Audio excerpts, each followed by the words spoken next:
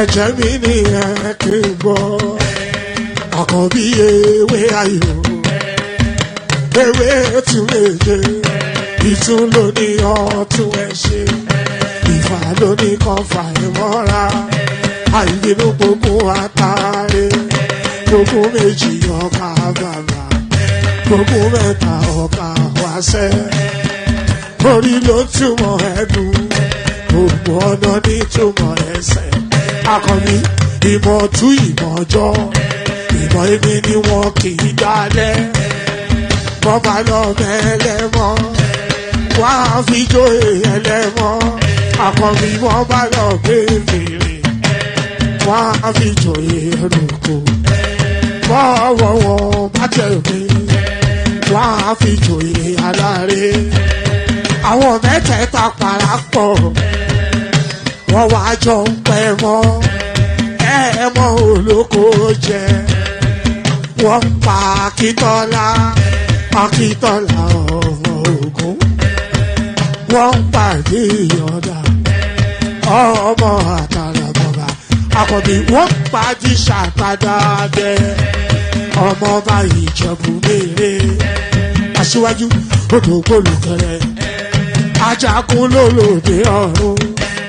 Tó o bá ṣe pé tìyẹ, tó o bá ṣe pé tìyẹ, lọ́ bá ń darí jọ wí. Àgbèrò ni kò ń gbọ́wọ́, ọ̀gọ́ ti ṣìgìdì bá gbé, àbẹ́tì ló máa ń gbé, àyàn ti ìlàyàn ewúrẹ́, Ọlọ́run dákun má padà lẹ́yìn ẹ. Good morning, everybody. It's our show again this morning, this Sunday morning. I hope you guys are doing great. My name is Dupsy Baby, and I'll come here every Sunday to discuss life issues with my G's. How are you? I hope all of you are doing great as I am doing this morning. So the first story that we are going to talk about this morning is about this Father Angelo that challenged all the prophets, prophetess, pastors in Nigeria that if they can heal somebody, that they can show the evidence of them healing a lame or a crippled person, then there'll be a handsome reward for that particular pastor. And if they can come out with somebody they have healed before, they are gonna reward them.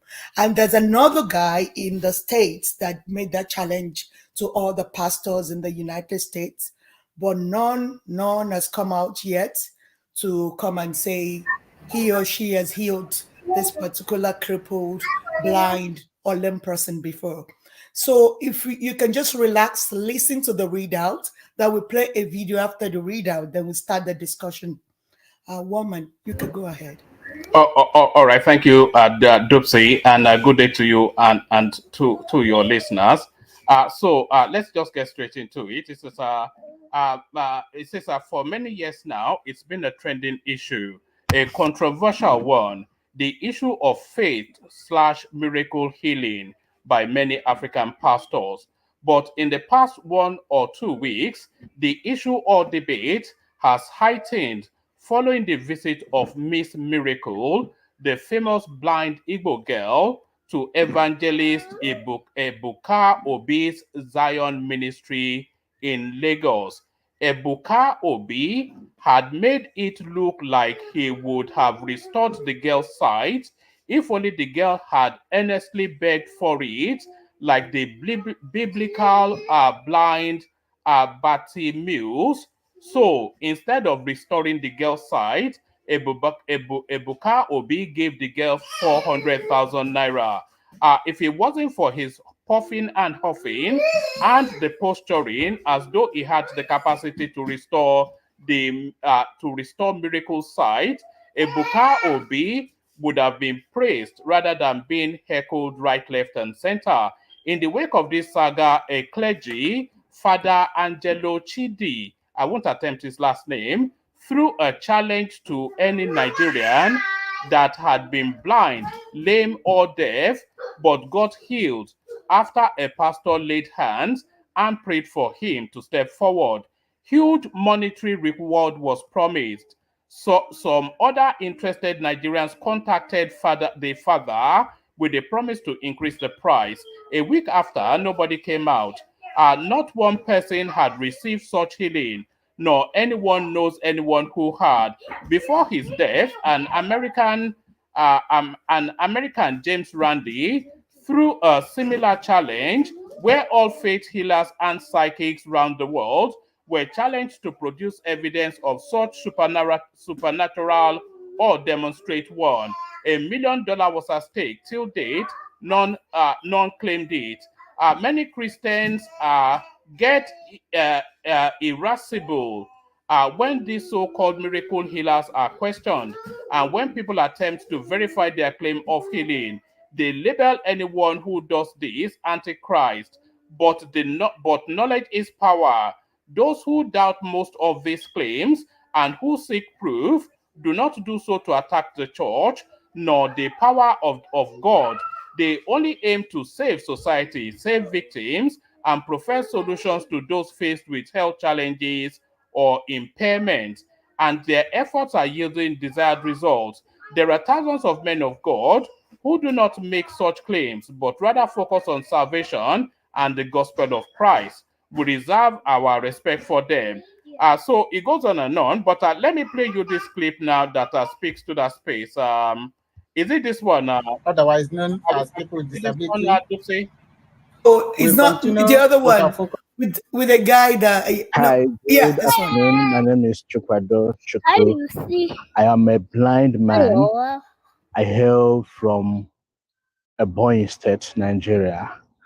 Actually, before I proceed in this video, I want to take out this moment to appreciate the priest, Reverend Father Angelo Chidi, for the great job which he had done so far in educating many Nigerians about their gullibility, about how much they had given chance to, stuff that was not supposed to be given attention in the first place.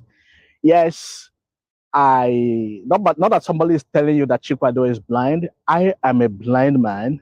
I lost my sight to blindness 16 years ago. I was 14-year-old when I went to bed in the night, waking up the next day to realize that my sight is gone. And ever since that time, I have been living as a blind man, in Nigeria. Though it wasn't easy for me all this while, but I can tell you very clearly that today I can boast of many things. As you can see me, I'm not looking handsome. So, and miracle is never our problem. Yes, I have been in that shoe. I was searching for miracles here and there, but at the end of the day, all I could get from those pastors and ministries was an abuse. I was abused, mentally abused, and all that.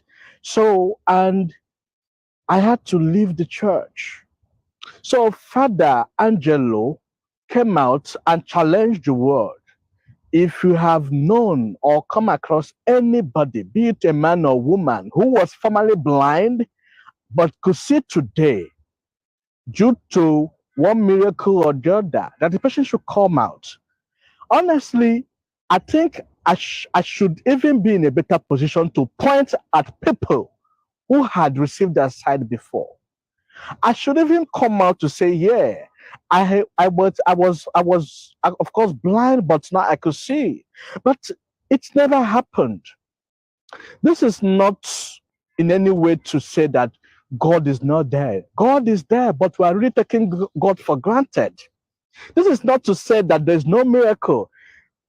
God gives us miracle every day. Sleeping, waking up every day is a very big miracle, which for me remains a mystery, because you just imagine going to bed, waking up tomorrow, and get to see that you are alive. you are back to your feet to do those things you were doing yesterday.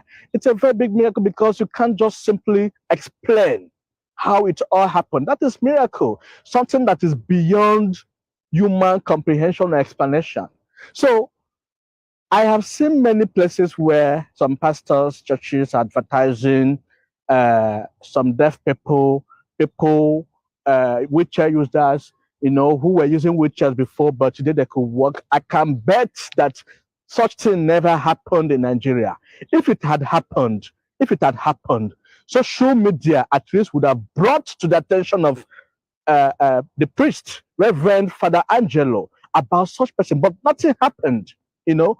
And to my surprise, I was seeing a woman on my wall by name Florence Objageli, Objageli Nwabweze, who was attacking me and the Reverend Angelo, calling us all sorts of names that were antichrist and all that. I want to tell you, Madam Flores, that nobody is against the church. I think Father Angelo was so determined to advocate, also to liberate us, especially us who are even more vulnerable from all this mental, you know, Holianism that we are suffering, that were brought to us by Europeans. So I want to use this great opportunity to thank you, dear Father, for the great job which you have been doing all along. And I can tell the world that I am one of the Nigerian blind citizens. And I am happy to be a blind. You can see my footstep. I can walk very well. I do not care about obstacles. This device here is called Okay, I think there's a problem with the audio there. We can actually stop it. It's fine. Yeah, I think we've had device. enough of that. This is one of the devices use this. Yeah, woman. Okay. So it's a very sensitive topic this morning. Is it still playing? No, I think Okay. it's just now come Let's to an switch. end. Yeah. Okay. So it's a very sensitive topic, and I just want to make a disclaimer that I believe in God. Yes, but I'm not a Christian and I'm not a Muslim. I'm not a Buddhist. I'm not a religious person. So please, if you want to come into the studio, don't have the mind of coming to attack me. Just come, bring your argument so that we can have a very robust conversation this morning. I don't want to fight you. I don't want you to fight me. Do you understand? So just come in as a Christian or Muslim or whomever or whichever of the religion you practice. Come in with your own perspective so that we'll be able to have a very good conversation this morning. I'm not here to attack you. We're just talking about things on ground and some things that have actually they actually ruined Nigeria. That is what we are talking about this morning. We need solution. We need a lot of people that that knows about all these things to educate each and every one of us so that we can be liberated from all these chains that we are in. So that is why I just want you to know that I'm not here to attack you. Don't come to attack me. So that's why I'm making that disclaimer. And please note, I believe in God. So this guy now is saying the write-up that one man read is letting us know that they have not found a particular pastor, they have not found a particular prophetess that has healed a blind, a lame, or somebody that's looking for a miracle. So that is why we want to tell each other that is it good for each and every one of us to know already that these things doesn't work, that people should seek, help through the medical side. You either go to the hospital or go to where, like an organization that can actually help you through the scientific method of healing you. That is my belief. Instead of people wasting their time, especially people with mental mental illness. Most of them, they take them to churches or take them to mountains where they will just chain them, start beating them. People get abused sexually, physically, and all that. Instead of taking people there, why don't we educate each other to tell people that, look, let's take our sick people to the hospital. That's where they can be healed. That is where the miracle is, I believe. I believe that's where the miracle is. Instead of wasting time in all these religious homes, taking people there. So if that is just my opinion. If you have a contrary opinion, you can just say this morning, so that we can learn from each other. One man. Yes, Yeah. sorry, by the way, well, since you are doing disclaimers, let me do a bit of disclaimer as well. Okay. Apologies for background noise. I've got children wrapped around me where I am, but they have quietened down a little bit. But that space, why do you think people seek solace in those churches? Is it not the abject hopelessness of situation that leads them there? And that call that if anybody has ever been cured by all of these so-called miracle healers, with nobody coming forward, because of course, if anybody comes forward, it will be medically checked. So with nobody coming forward with as much as $1 million at stake, does that then not give sufficient enough space for people to actually start to interrogate these people that claim all of this miracle but cannot provide evidence of it? I agree with you, one man. I agree with you. It's not even only Father Angelo. I've seen a guy that usually come to challenge them like that, and no one will come out to say that they've healed this particular person and this is how this happened. Like there's no evidence to these things. It's just like hearsay. People just say it and people believe it. So I believe, yes, it's the condition of the country. People find solace in all those religious homes just to go there because they're not going to pay much. Do you understand? So they get abused mentally, physically, some sexually. Do you understand? So that is why I think we have to make sure we speak louder enough so that we can educate people that go to the hospital or go to some organizations that help people that will take them to the hospital. Because of the way people are financially in our country, they tend to go towards the religious homes for healings. Maybe they don't have enough money that the hospital will bill them. So, but there's some organizations that are doing that they are going to help you, take you to the hospital and make sure you get the appropriate treatment that you want. And especially the mentally disabled people, I think it's even very bad to take them to all these religious homes because they get abused so much. So that's what I believe, woman. You can go ahead, and I think we have somebody to in the Yes, studio. I think Dewale is here with us. Okay. One man, you can go ahead. Yeah, sorry, do you want me to introduce another topic or do you want to invite Dewale to? Yeah, I want to invite Dewali. Yeah, we can stay on the topic and Dewale on mute. So Pastor, Deborah Akwademi and all of that. I was actually hearing Dupsy, in the comment section. I was trying to do the voice over so that I need to get a very good introduction this morning. I think this is the first time I'm going to join the show early. I usually join the show, but sometimes I may not have the time to be in the studio. Doing a good job. Man. Thank you so much, Dewali. So I heard you guys talking about the religiosity of Nigerians, somebody being sick or blind or something, being taken to church. And I don't know why I'm speaking like American this morning. Let me flip back to Nigeria, Jerry. Don't mind me. I mean, woman, I heard you say talking about wretchedness, poverty, and all that. I think that is the major factor. Can everybody hear me? We can hear you very well, Dewali. Okay. Please continue. Great.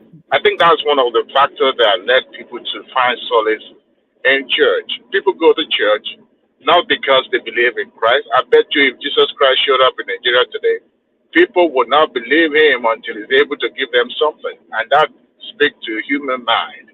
Human mind is always looking for something. Human being wants something, and they go to church. Number one, they're poor. Have you ever wondered if you have ever been to church? The rich men pray differently, while the poor men are the ones sweating and jumping up and down. One time I was hit in the head. One time at the Redeemed Christian Church of God camp. Of course, we were all the same. We were all there together. But the point is that the rich men have a limited prayer point. But the poor people always be the ones who, sometimes take a fight to God. I'm not condemning people doing that because of their position or their situation at the moment. Have you ever wondered when people migrate from Africa or Nigeria to United States or Europe, and after they've able to establish themselves and financially stable, then they tend to look away. I'm one of them. I guess I'm evolving and I'm changing, but I don't know. People tend not. I haven't been to church for a very, very long time. Do I feel guilty about it? Absolutely not. But I just believe that, people going to church, number one, they're going there because of solace, because they need support, and then the so-called pastors are swindling them. When if you have ever been at the point of need where you don't have a choice, right? The person that you're looking up to as your benefactor could as well take advantage of you because you're desperate at that moment. So when people go to church, I used to watch the likes of Pastor Awunzia. I don't know if you guys remember Pastor Awunzia on the NTA there.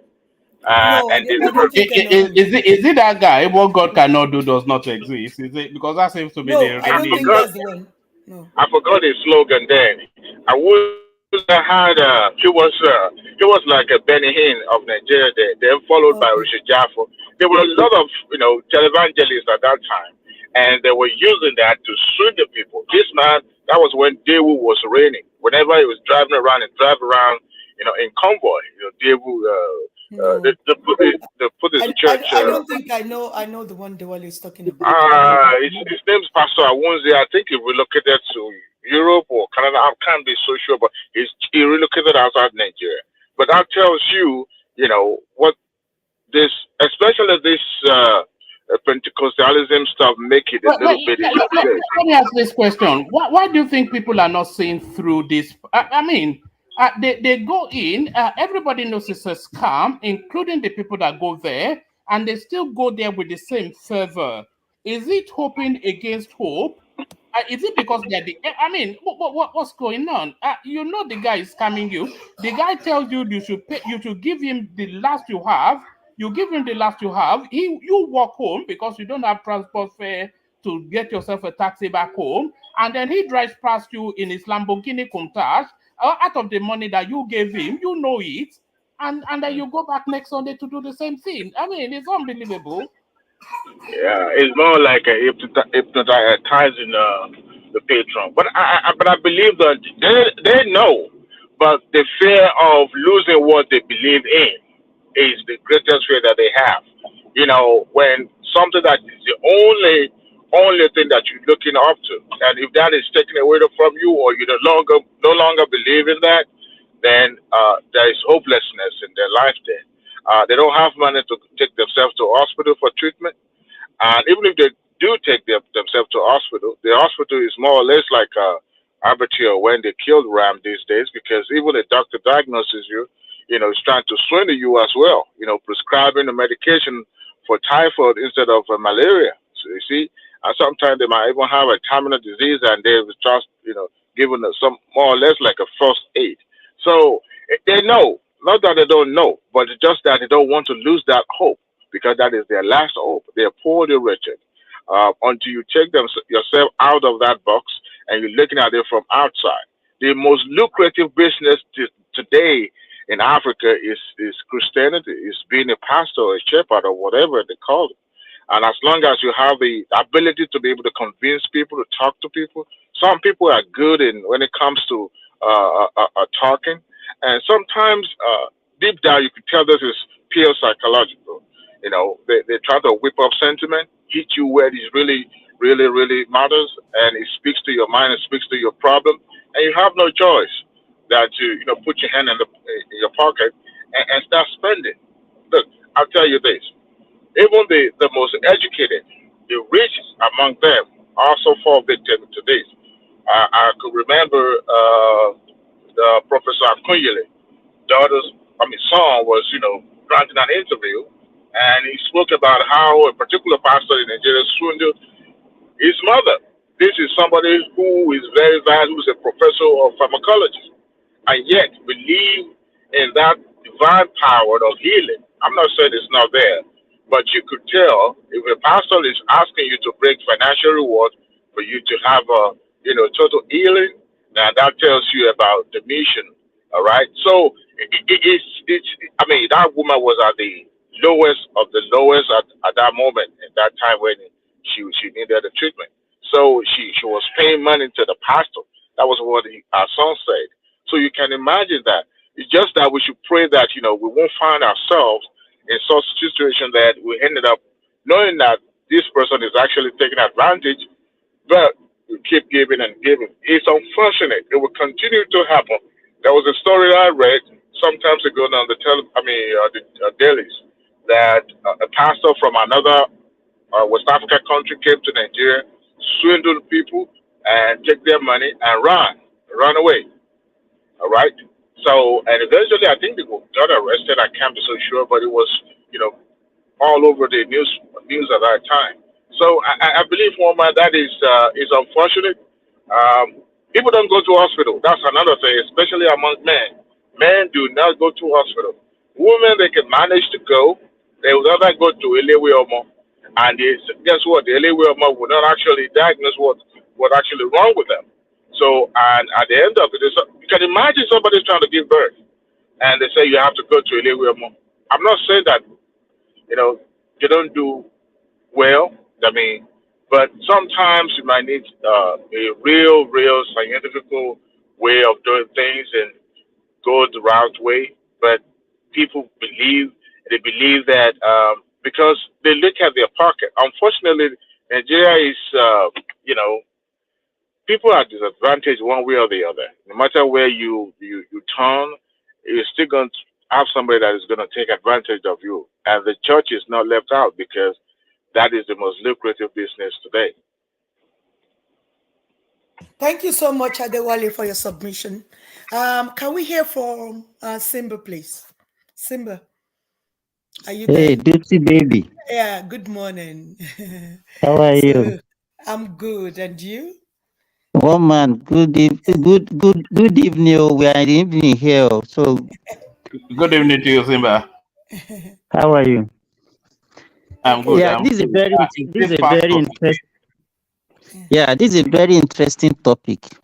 But I want to differ a little from what people have been discussing. I don't think this thing has anything to do with religion. I think it's a mentality and it's commoner among the blacks. I don't know what is wrong with our DNA. If you go to our space, you discover that it's not only in Christianity that this thing is happening. It happens across all religion, and it's not a religion thing. I think it's the way we take spirituality.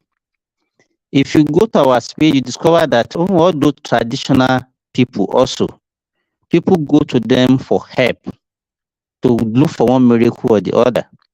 So it's not a religious thing, because if you look at the two common religions, both Islam and the Christianity, where those religions come from, people don't do that. I've never seen anywhere in Saudi Arabia where some people will go to one imam or to go and seek spiritual help. If they are sick, they go to hospital. They have the best of facilities that people goes to. The same thing if you go to Europe, where Christianity emanated from. You can't see all this kind of useless things that is happening in our space. So to me, it's not religious. People just use religion to swindle people. So it has nothing to do with those religions. They just use that opportunity, that advantage that they have over people to swindle them. So I think is a black thing. And if you go to even where the space where you people are, if you go to UK, Europe, and when you go to churches, it's black people that you meet in the churches. In UK, where one man is, they fix match on Sunday during the time the people supposed to be in churches. That's when they play Premiership, and people you see the stadium filled. So, but we should still go to it's the black thing. I don't know, maybe because of poverty or whatever is actually affecting our psyche that is making us to actually fall prey to all this useless thing that we do. So, Yes, but we have just been brainwashed. That's why we have been brainwashed that that's how to think and that's what to do whenever you're ill. So if people knows any better, they will go to their proper channel to get their healing. So if you have been brainwashed, yeah, you know, where you are now, you are saved. If you are in Nigeria, let me tell you, you see people around you. If you have any little problem, they will put pressure on you. yeah, I Because agree. by the time you understand, when by the time you see your friends, your relations, your sisters, your brother, and everybody is saying the same thing, I agree. you just give up. You understand? I And that's why you see, irrespective of the kind of education and your level in the society, everybody still behave the same way. the same. So Yeah. even sometimes when we are saying it's poverty, sometimes it's not. It's even pressure from relation can make you succumb. So sorry, Lucy. Yeah. I think Ekene wants to show off his fine boy. So that's Okay. Ekene. He wants to show off his fine boy. Let's hear from Ekene. Okay. Is it getting in the max? To show off his fine boy. You want to do fine boy for us today, Ekene? Look at that. Are you after babe? Ekene, look at that. I think it's frozen. Engineer can see your face. I think it's frozen. He's probably in the mass in the church or something. No, I think it's in a meeting or a gathering. Maybe he wants to show himself in the church.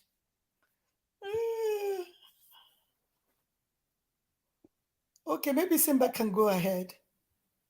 I don't know why. So what I'm just saying in summary is I think the problem is actually multifactorial. It's not only one, and it's maybe because the way we are brought up and all I mean is poverty. So many things can explain the reason why we behaved that way. And because let me tell you, I have a practical experience. I think I've mentioned it on this platform before. There was a time my younger brother has a brain tumor and he was bedridden. Yeah, you've shared the story before. You can go ahead, Simba. Yeah, I remember. So, and I have this friend that comes to my house every day, and he was even, he was blackmailing me. Doctor, why are you behaving like this? You people, maybe because you people went to school, that's why you are behaving. You think everything is something that you can do medical. What I think what is wrong with your brother is not only medical, it's spiritual, whatever. At a point, I have to give in. I say, okay, let me give like what they used to say that what belongs to Caesar is Caesar. Okay, what do you want? It's okay. He has one affair that we have to can go to. We went to the affair. He said we should go and bring 30,000 naira, bring goat and everything. I gave them everything. Meanwhile, me, I knew what I was doing. As I was doing that, I took him to hospital. I did a CT scan. We confirmed the something. I booked a flight and I took him to hospital in India, and he was operated, and the guy is fine now. This thing happened about 12 years ago. He's married now. He has 3 children. If I have waited that time, even all those things that he claimed the affair provided for us that time, I didn't use any of them. So maybe because of the knowledge that I have that saved me. Yeah, Simba, but for you to even agree to give them money for the affair, I don't understand that. Do you know? I get confused. But we can't dismiss it. We can't dismiss it to out of hand, though. There's some efficacy to those affairs. What efficacy is that?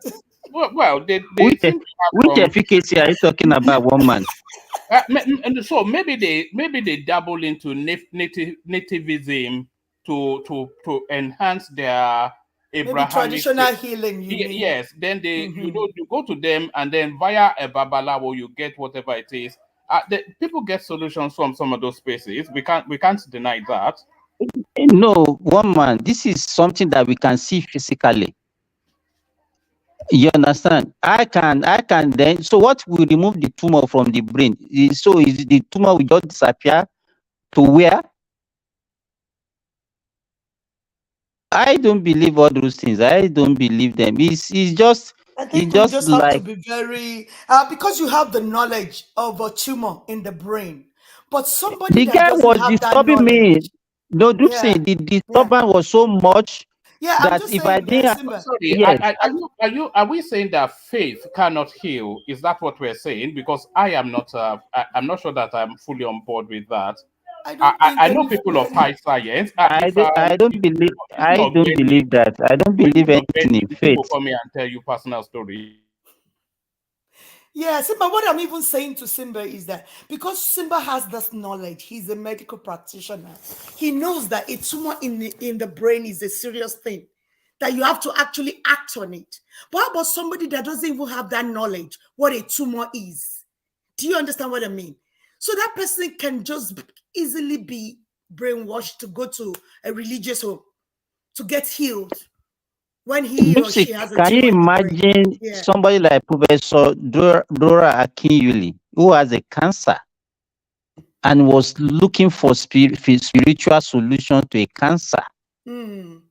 You can imagine at that level. Okay, what can we say is poverty?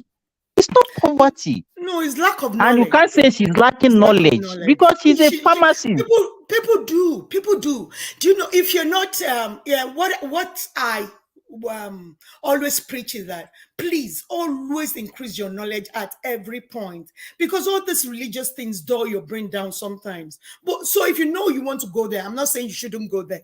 If you know you want to be going to a church, a mosque, and all those places, please always be ahead of your pastor so that you always increase your knowledge about stuffs, about every subjects, so that you will know already that this is a tumor in the brain. There is no pastor that can heal this. I have to go through Listen, the I medical totally route. agree. I totally Yes. agree with you with this Yeah. knowledge of the thing that you mentioned. Let me give you another example. I was a junior doctor in a hospital in Ijebu, in Nigeria. That was in maybe around 1999, 2000. Then we admitted this woman who has diabetes, and she came with in coma, and we are giving her insulin. You know insulin, Duse? Do for diabetes, yeah, I do. For diabetes. So then initially this woman was responding. At a time she stopped responding and the sugar was going up. So the insulin was no longer controlling the sugar. We increased the dosage. This woman was not responding. My oga came to the ward round one day and told me that, okay, we should discharge the woman, that the woman should go home and use alternative medicine. She would die. Bí Yorùbá ṣe máa ń sọ pé ẹ lọ fọwọ́ létọ̀. That means he has exceeded his knowledge. He doesn't know what to do, and he gave up to this.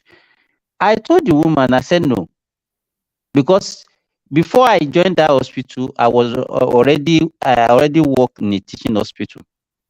So I told the woman, I said no. It's like you are reacting to this insulin. This insulin is not good for your body. We have to get another one. So I went to UCH Ibadan as a young doctor. I got Humulin. This is a recombinant DNA insulin. It's not. It is a genetically yes. And we started this Humulin. Within 48 hours, the blood sugar of this woman crashed, and this woman became conscious. This is somebody that they will have wasted her life in the name of saying maybe it wasn't natural, that there are some people responsible for the illness, that they should go and be using agbo or using spirituality. And Simba, do you know the worst part? That agbo and diabetes doesn't go together most times, because sometimes it might drop. There might be hypo. I don't even have anything against agbo, but what they are, what it might even drop their blood sugar so low. What my chief medical officer was even suggesting that time was that it's like there are some people behind it. You understand? If you say Agbo, you still believe that you have to take something. That it's like they have to go and appease some things or that spiritual. You understand? That was what he was suggesting. You understand? So after, what this woman did for me? She bought a bag of rice and brought it to my quarters. That time I was staying inside the hospital. Simple thing. So when human beings exceed their knowledge, they give up. And they will give everything to spirituality. And that is where some other knowledge is starting from. I agree with you. It makes us to be so lazy in our country. Exactly. People are so lazy to think. Yeah, we give up very easily. Let us look at it from a different angle. See, it is one thing to go to the hospital. It is one thing to get the treatment. You agree with me that when it comes to diagnosing ailment in Nigeria, it's crap. It's a joke. Look, Chief Ganifa was diagnosed with I think typhoid or something. Meanwhile, this man had a throat cancer, right? So you can imagine when, even though you were asked to go to church, to hospital for medical attention, the hospital sent you to go get the blood work done and all that. And while the blood work was done, you were misdiagnosed for something different, something that could easily be taken care of. So you have all these malpractices that kind of discourage people, so to say, because people will look at where Agbo would not leave me astray. Agbo would take care of my need instead of me going to these people to misdiagnose what is wrong with me and all that. You can imagine, Simba, that incident that you just talked about, that woman's sugar level. You can imagine that woman, being gone to a different lab and they say, oh, this is something that is wrong with it. I actually have a brother-in-law that had something similar to that. He was having issue with the sugar level and what do you call it, high blood pressure stuff and all that. Then the doctor actually prescribed some medication for him, and he himself knew that this medication is just too much for him to handle or something like that. He just needed to make changes to his lifestyle and change his eating habit and all that. And he made those changes without him being told. And lo and behold, he went back to that same hospital and eventually was cleared of everything. Today he's fine. He's above 60. So what I'm saying is that even the medical lines still also discourage people, and sometimes they look for something that they could hold on to. That's why they seek all these other avenues. I agree with you, Adewale, because that my younger brother that gave the story. You know what they said was wrong with the child, with him, because he was serving that time in Imo State. They said he had typhoid. Somebody who is suffering from brain tumor. He was complaining of headache. And they said it was typhoid that was causing the headache. Feels maybe fever sometimes, so they would just no, there was not even fever. There was no fever. There was no fever. Some people, and it has to do with what you mentioned, Dusi. Knowledge. If you don't have knowledge, then you fall for everything. You fall for anything. The same pastor that will be praying for you will be also coming to America to seek medical attention. A popular pastor in Nigeria. Sorry, Simba. Dupsy, let me know when you're ready for the Adeboye clip. Okay, wait, okay. No, let's just discuss this for a bit, woman. I found it interesting. Pastor Taiwo Odukoya did not die in Nigeria. He died in America. So what does that tell you or tell his patron of his church? All right. So the wife of Winner's Man. What is the name of this one? Oyedepo, yeah. When she was sick, she flew abroad for care. Meanwhile, you see members of the congregation that will be coming to church to come and seek for spiritual or miracles. You understand? But still, I still believe what Dupsin mentioned is Simba, knowledge, let me gist you. knowledge, Let me gist you about knowledge. this story. Let me tell you about this story. People shouldn't come from you. I'm not Oyedepo's fan, but if he's your pastor, just take it easy and listen to this. So the guy had TB for a while. He had tuberculosis, so he doesn't really treat it. He wasn't on it like that. So the thing just worsened. So one day, I think he was trying to go on the pulpit and he was coughing so hard and he was coughing blood. And all the handkerchief was full of blood. And it was like, people were so scared. So they went to the office to tell him that, no, you shouldn't. You should rest. Let people go on the pulpit and preach on your behalf and all that. He said they shouldn't worry that he will go because he's coughing the blood of Jesus, that they shouldn't bother.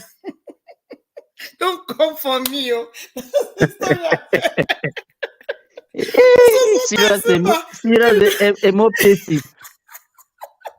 It's so funny, Simba. Go ahead. So to me, no. If we can improve our facilities, people can improve their not. Okay, Adewale, earlier on you mentioned that when you are in Nigeria, you behave the same way, but when you go to where you are now, you learn better, you know better, and that is what is influencing the way you are behaving now. You understand? So, and one of the best way to learn is traveling. If you are just in your domain, you don't travel, you won't know anything. It's not Simba, don't only say what that. you learn. Some people have been abroad in this Western world for 30 years and they're still in that cocoon.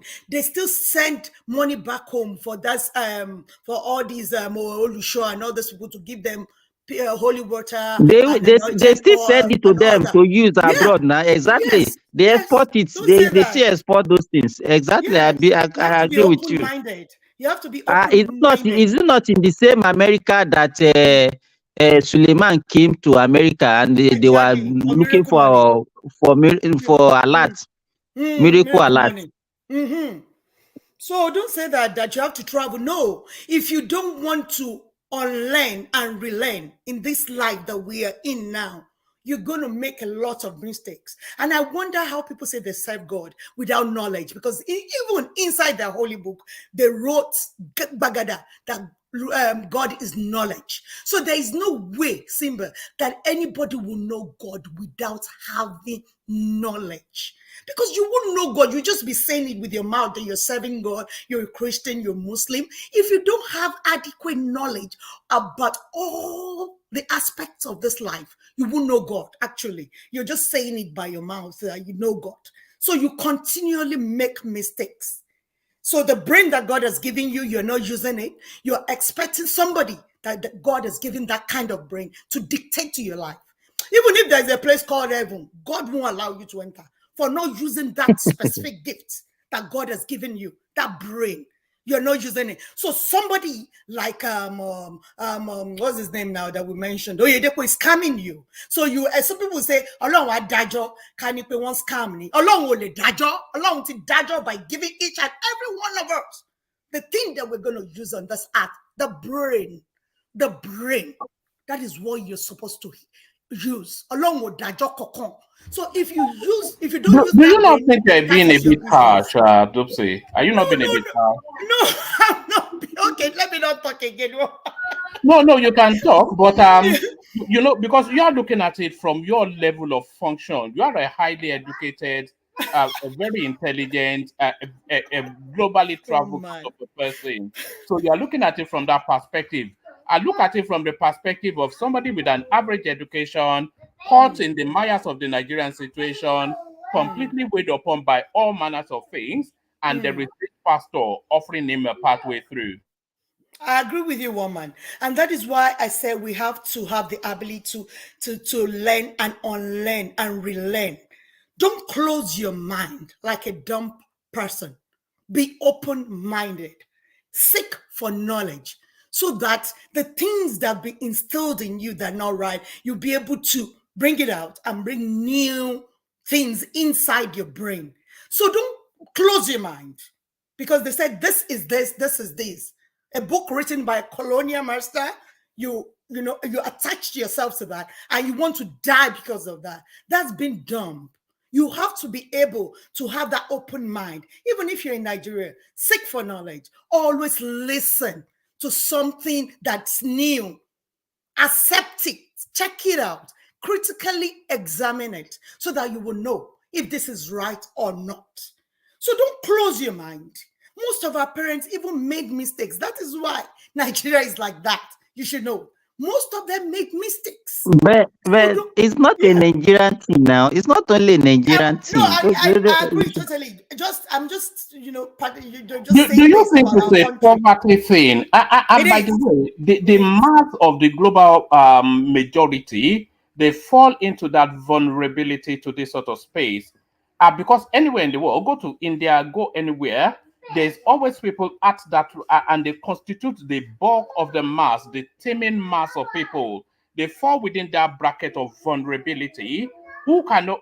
They are at their wit end. They are at the capacity of where their wit can take them, and then they're looking for some sort of a celestial escape, some sort of a supernatural happening within their life, that sort of a Suleiman miracle alert. So, and that is where the vulnerability is. So now, a lot of us are equipped to exploit that vulnerability, but we're not inclined in that way. But anybody inclined in that way, like the Suleimans, the Oyedepos, etc., those people, they're just easy pickings. Yeah, and I want to say too, we should always encourage each other to have the critical mind. People are mentally lazy, woman. That is why it's like Well, that all over. People are mentally Dulcie, lazy. They don't want to think things. Okay, go ahead. Go ahead. tell me which business in Nigeria bring you more profit and you don't pay tax? Which business? Apart from politics. Religious, yeah, Apart religious from politics. business. Apart from Religious. politics.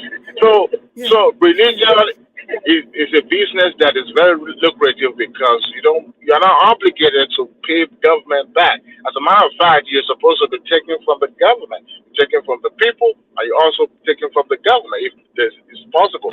All right. Yesterday, somebody invited me to a place. It's a church actually, but owned by the white people, and then they invited me to come over to pick up a turkey.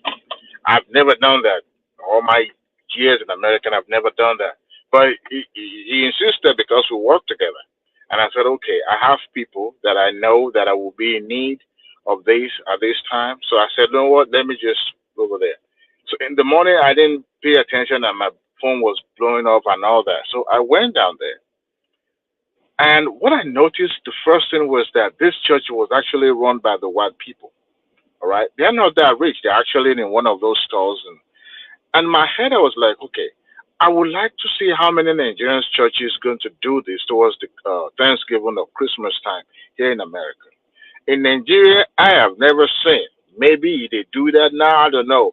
If churches in Nigeria give their patron, things or food towards Christmas celebration and all that, I have never seen. But this is a church that actually, not like a mega church or big time church. This is like a church in one of those local store, right? But they deem it fit to not just give it to the member of the churches, but people that generally interested, and that is the way to win soul. If that is what you want to do, if that's what you set out to do.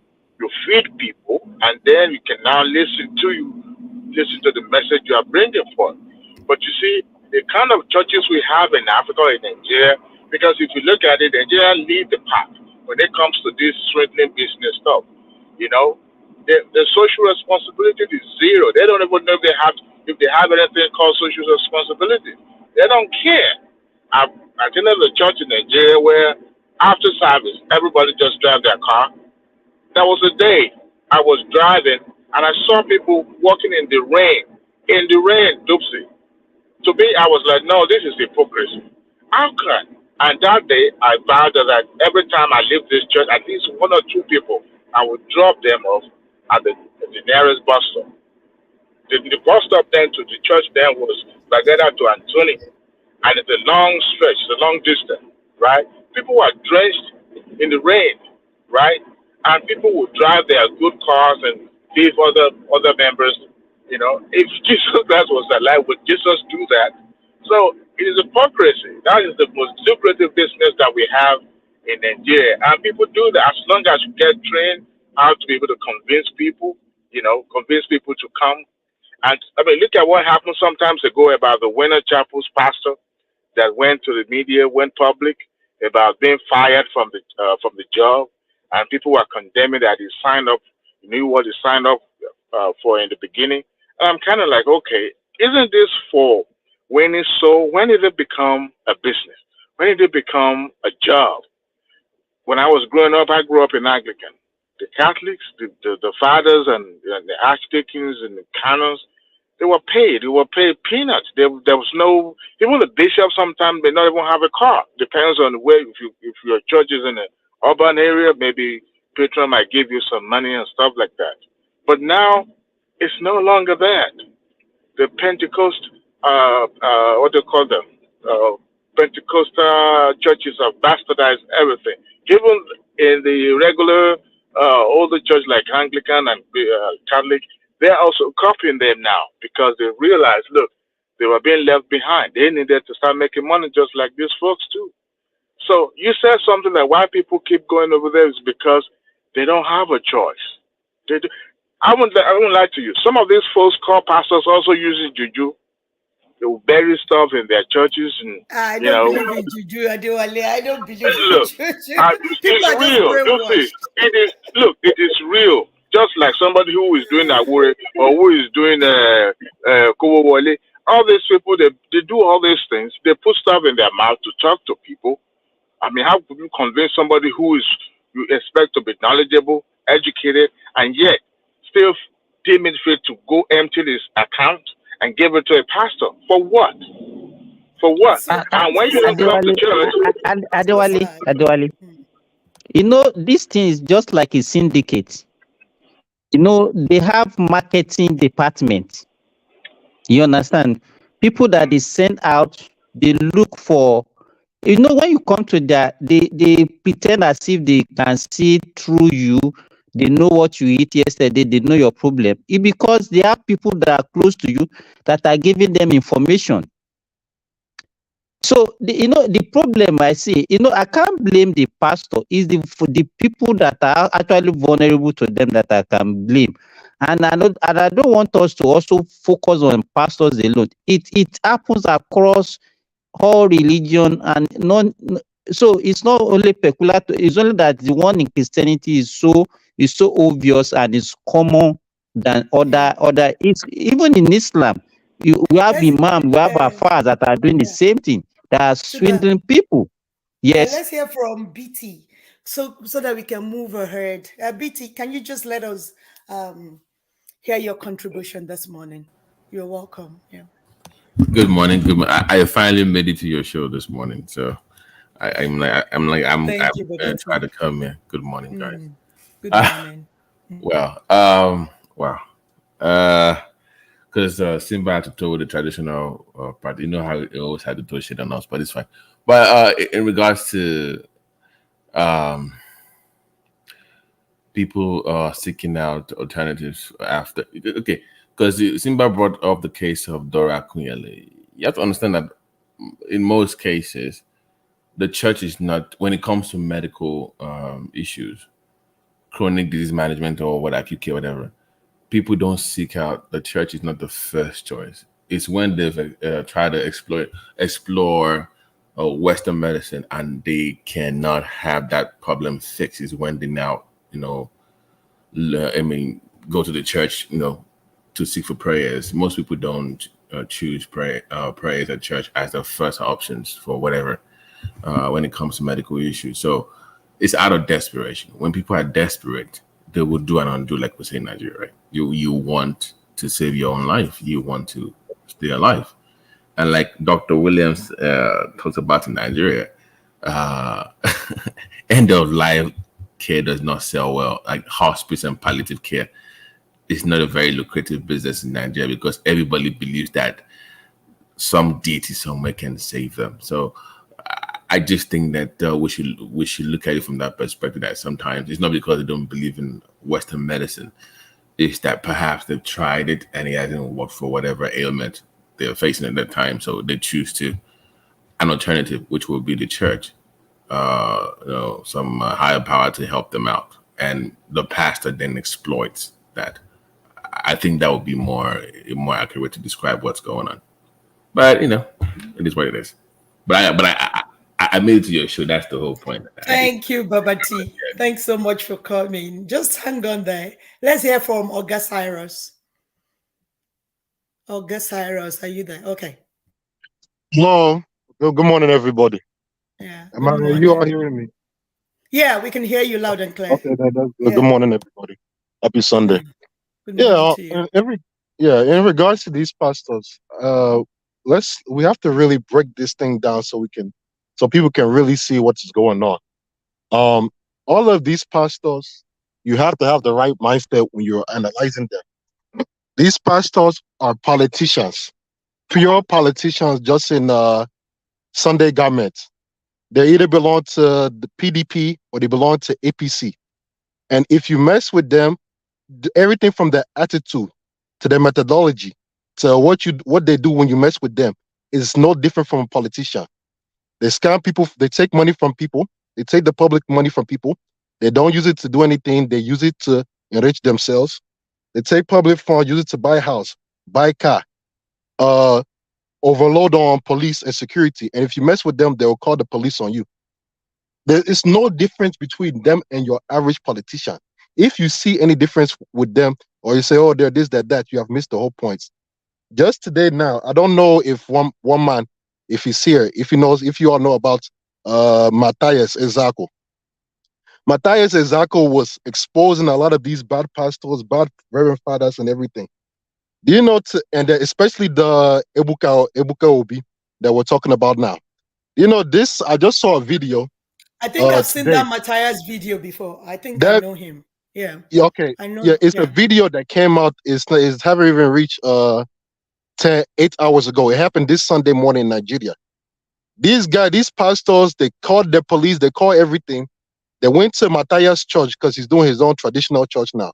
Went there, beat up so many people, kidnapped the guy, shot somebody there, injured so many people. This one happened this morning. It's on Matthias' video page. I don't know if one man can play some of the video for everybody to see. It was terrible. There's absolutely no difference between these pastors and everything and the average politician. And then in Nigeria now, we're not, as African people and Nigerian people, we're not very we're very ignorant of many things. So once they see somebody on TV getting healed, and they look around, they hear some from people they know, or their parents who go to the same church and believe them.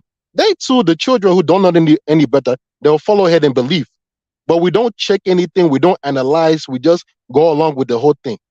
So we still have to blame the people as well. Because if you see this thing and the thing is not working, and the guy is just like, he's saying he's healing people, and you don't know anybody that he has healed, why would you keep on going on the thing? For not for weeks or for days or for years upon years upon years upon years, and open your account and give to them. For what? That's called the power of brainwash, brother. It's called the power of brainwash. It's not. Yeah. It's not only brain. It's not only brain. Like I said, a lot of us Africans we're ignorant of things. You can't do this thing abroad now. There's no. Yes, they take money abroad, but it's no one claiming to heal anything abroad.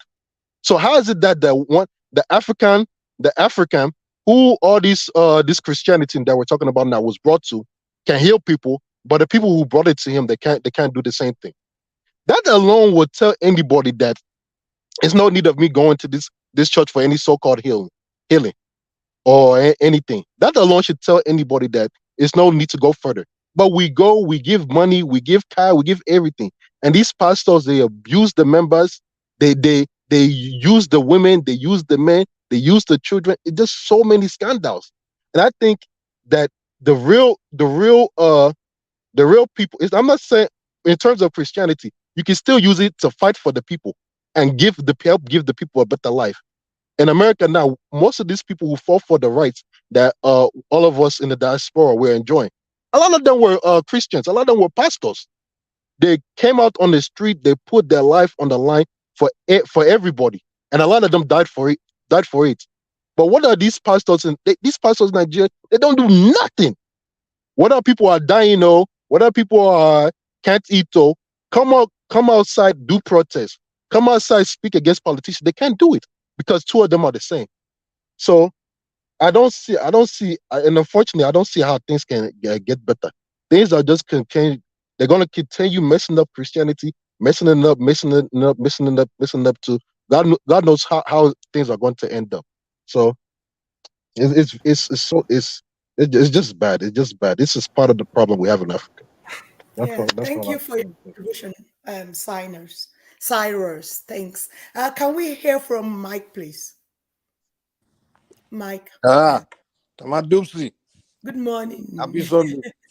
Happy Sunday to you, my brother. Sorry, I just woke up, so that's why I don't know how long you guys have been on, but, for 1 hour 6 minutes. I don't know. I always wake up very late on Sundays. I don't know. Okay. So what are the topics? I mean, I just came inside. There's a guy that challenged all the pastors in Nigeria, all the prophetess, all the Olusho, each and every one of them, to bring out one person they have healed, maybe a blind person, a lame person, a cripple, somebody they have healed before. And anybody that has been healed by a pastor should come forward. He has a handsome reward for anybody that comes forward to be able to have evidence that a pastor has healed him or her, or maybe a pastor now comes forward to say that I've healed somebody. So the guy is challenging anybody that can come forward. He's going to reward that person handsomely if the person can show. They beat him up and they arrested him this morning. Sorry? They beat him up and they arrested him this morning. Okay, yeah. Cyrus just said that to us. Yeah. Go ahead, Mike. So the man that asked that question over the reward, they beat him up. Who beat him up? No. The guy that asked the question is Father Angelo Cyrus, not Matthias asks the question all the time, but this one, this particular one was asked by Father Angelo. Yeah, but that Matthias, I know him. He asks that question all the time. I think he said he has some 10 million or something to give to anybody that comes up with an evidence that he has healed. And before Mike goes on, I have to let you know that Benny Hinn, the master healer of all these pastors, I hope you guys know Benny Hinn in America, was challenged by his nephew, that they go around doing this miracle, that not once has Benny Hinn healed anybody before. The guy challenged him openly, that they always lie about those miracles. But I'm talking about Benny Hinn now. I hope you guys know Benny Hinn in the United States of America. Yeah, so you guys should just have that in mind. Mike, go ahead, please. So at least it's been established that they lie, it's all fake. The only place where they really do their power they put is through, it's in Hollywood movies, So see, the thing is, it's not like it's my business what people do, or people always say, "Mike, aren't you might go look the other way?" The reason why when I hear, I literally passionately hate this not Christian, but Christianity and just the whole idea in Nigeria. It's personal because they literally mess up life of people that I know. That's why I just irritate me. They mess up life of my family member. And that's why I just passionately hate that religion. And then when I dig my research and find out the origin, why it was brought to Nigeria in the first place, oh my God. I just want to shoot all the leaders in Nigeria and just literally take over and just ban it. We all know why the British brought that shit there, man. We know why, They literally brought it there to destroy us. They know what they were doing. There's no way the British man will know the way to heaven and give it to the black man. They're telling you that Christianity is the only way to heaven. The white racist man, but especially back then, would not know the way to heaven and bring it to the African. I say, okay, this is good for you. This is the way to heaven. So it's a scam. And those that are participating, they are helping to promote it and push it. They are only in it. Those are the pastors, right? The evangelists, they are only in it for the money. That's the only reason. They never rejected it when the British brought it. The British brought it. They partnered with the British. British told them, you listen, we need to spread this religion here, and this is what it's in for you. You will make money. This religion is about, so it's about making money. Just join us, help us spread it to your people. Do propaganda movie to push it. Claim that if you say the name of Jesus, anything can fly. You can kill this and demonize your own indigenous this thing, and claim that your Jesus name is more powerful. You can use it to conquer it. And they use Nollywood movies to brainwash us as children growing up in Nigeria to believe that the mightiest is Jesus and Christianity. Brainwashing, that's what they did. They used brainwashing to convert us to Christians. And they did it to my family members, where my grandfather made a mistake sending his children to Western schools, and he spent time teaching them about their traditional stuff. So by the time he died, they didn't really understand it. And they were exposed to all these pastors, and the pastors told them to go and throw away their deities. And they suffer. Your name is Michael, right? And your name is Michael. My name is what? My father was a Christian. He's the one that named me now. I didn't name myself. I didn't name myself. Why did you ask me if I want my boyfriend? Why did you ask this guy, dude, this your long essay you are giving on Christianity. I don't even understand. Don't say you want him here now. Why did you ask me if I want my boyfriend? Rational mind, there's no need to be emotional. If you want to debate the Christianity with me, I'll just make you look stupid. It was emotional. We can debate now. I'm telling you. What are you upset about? Word, Mike? You know the origin of that word? Yeah, my name is Mike, but I have my traditional name. I have other names. Yeah, my name. Your parents named you Mike, right? No doubt. Didn't you just hear me say? So why have you not reverted that name? I don't even know. Why have I not? I don't bear Mike. I use it on the show for you guys. Platform, not on your okay, if I bear it, so what? Oh God! I'm just trying to point out the hypocrisy there. There's no hypocrisy. There's no hypocrisy. I didn't name myself Mike. If you are claiming you're an ardent nativist under the name Mike, there's an inherent contradiction there. Do you want me to tell you my name? When I pray to my God, they don't know me as Mike. Deities don't know me as Mike. I only bear Mike for the purpose. You carry yourself here. My name is. Let me tell you my name. Do you want me to tell you my name? My name is. Do you want me to tell you my name? Can you mute my mind? I want to hear Rational Mind. I have my floor. I don't want to hear this. No, I'm listening to you. Rational Mind, leave Mike alone now. I understand when people are hypocrites. That is his own belief. That is his own opinion. Let him have it. You can't change people. We know people have opinions, but we challenge opinions here, right? Can I have my floor, please? Can you just shut these ignorant idiots, please? Can I have my floor? What did you say? I will answer your question. Just shut the fuck up. I will answer your question. If you want to interject, please, second. Don't be talking over me. You can't be using that kind of language. Then you two shut the fuck up now. Let me talk. You don't want me to use the bad language. No. Woman, no, you need to step in. This is wrong. You can't do that here. Then get lost, then. I told you to let me talk. I have my floor. You keep running on your mouth. Mike, you are really rude. You're rational man. You shut the fuck up. You don't want me to be rude to you. Then let me have my floor. If you don't want somebody to tell you the truth, you are very, very rude. It's not just now. You've been doing it, and it is wrong. Well, if you don't want me to be rude to you, then respect yourself. Respect. It's not only you that have a bad mouth. What's my man? Yeah, show your bad mouth. I won't be good now. Here we are. I'm condemning him. Dewale, can you shut the hell up and let me continue? No. This is what you're not going to do. You're not going to use that language anymore.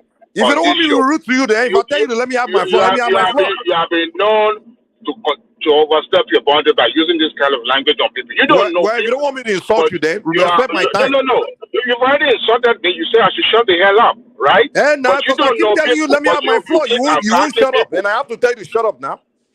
Well, this is not my show, but it's unfortunate. Guys, Joe, Joe, please. Mike is known for that. He's known for that. You're not the only person with the Joe, please.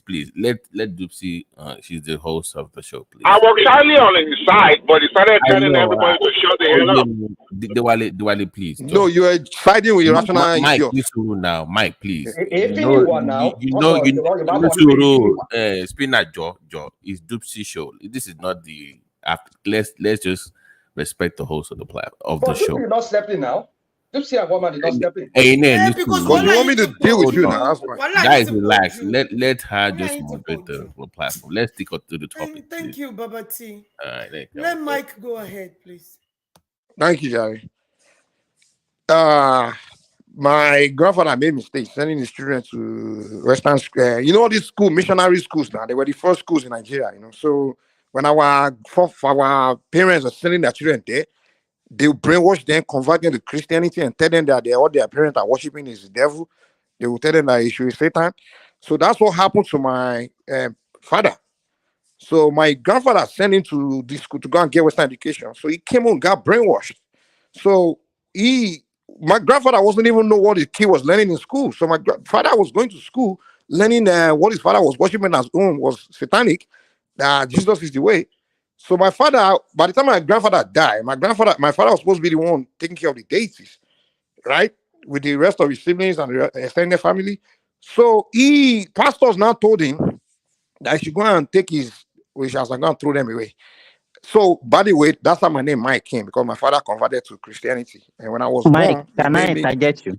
we entered after this statement. So my father became Christian. So when he gave birth to me, he's the one that gave me Christian name named Mike. So I don't know how I'm a hypocrite being Mike. I didn't name myself Mike.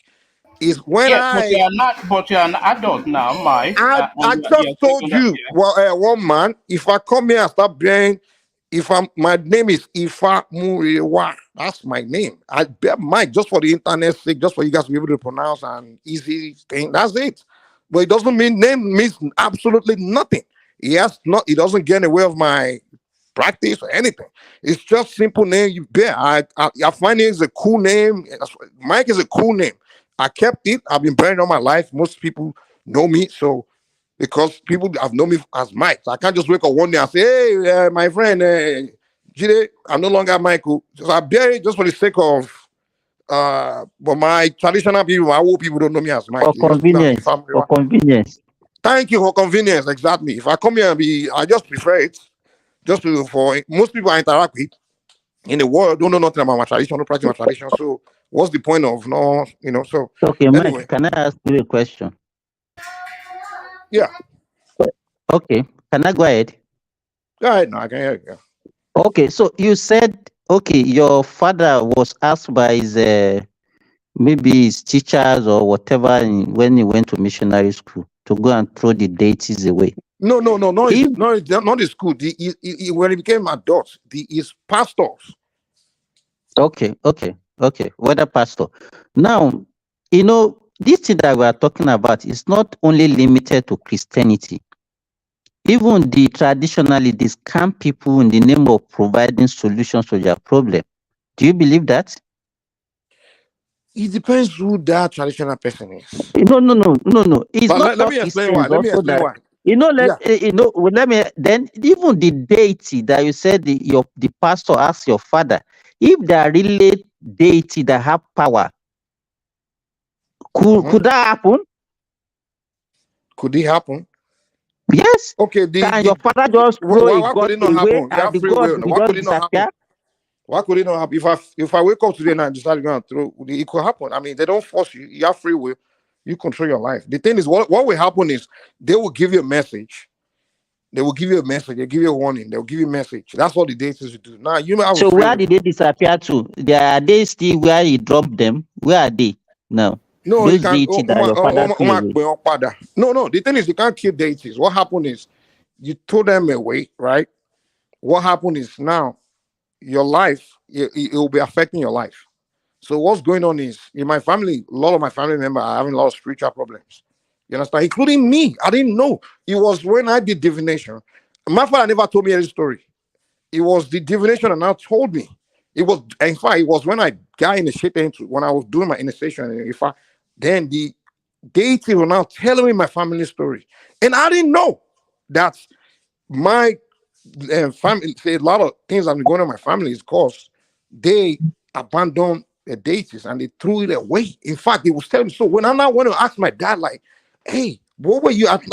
He never told me his life story. And I went to ask him that what were tradition, what was about his while they were practicing, he now told me that he threw this thing away. I'm like, wow. The deist told me, and I went. He now confirmed. I confirmed from him. You understand? So I was like, wow. And we've been having problem in my family, dude. Like problem after problem, like literally a lot of spiritual problem.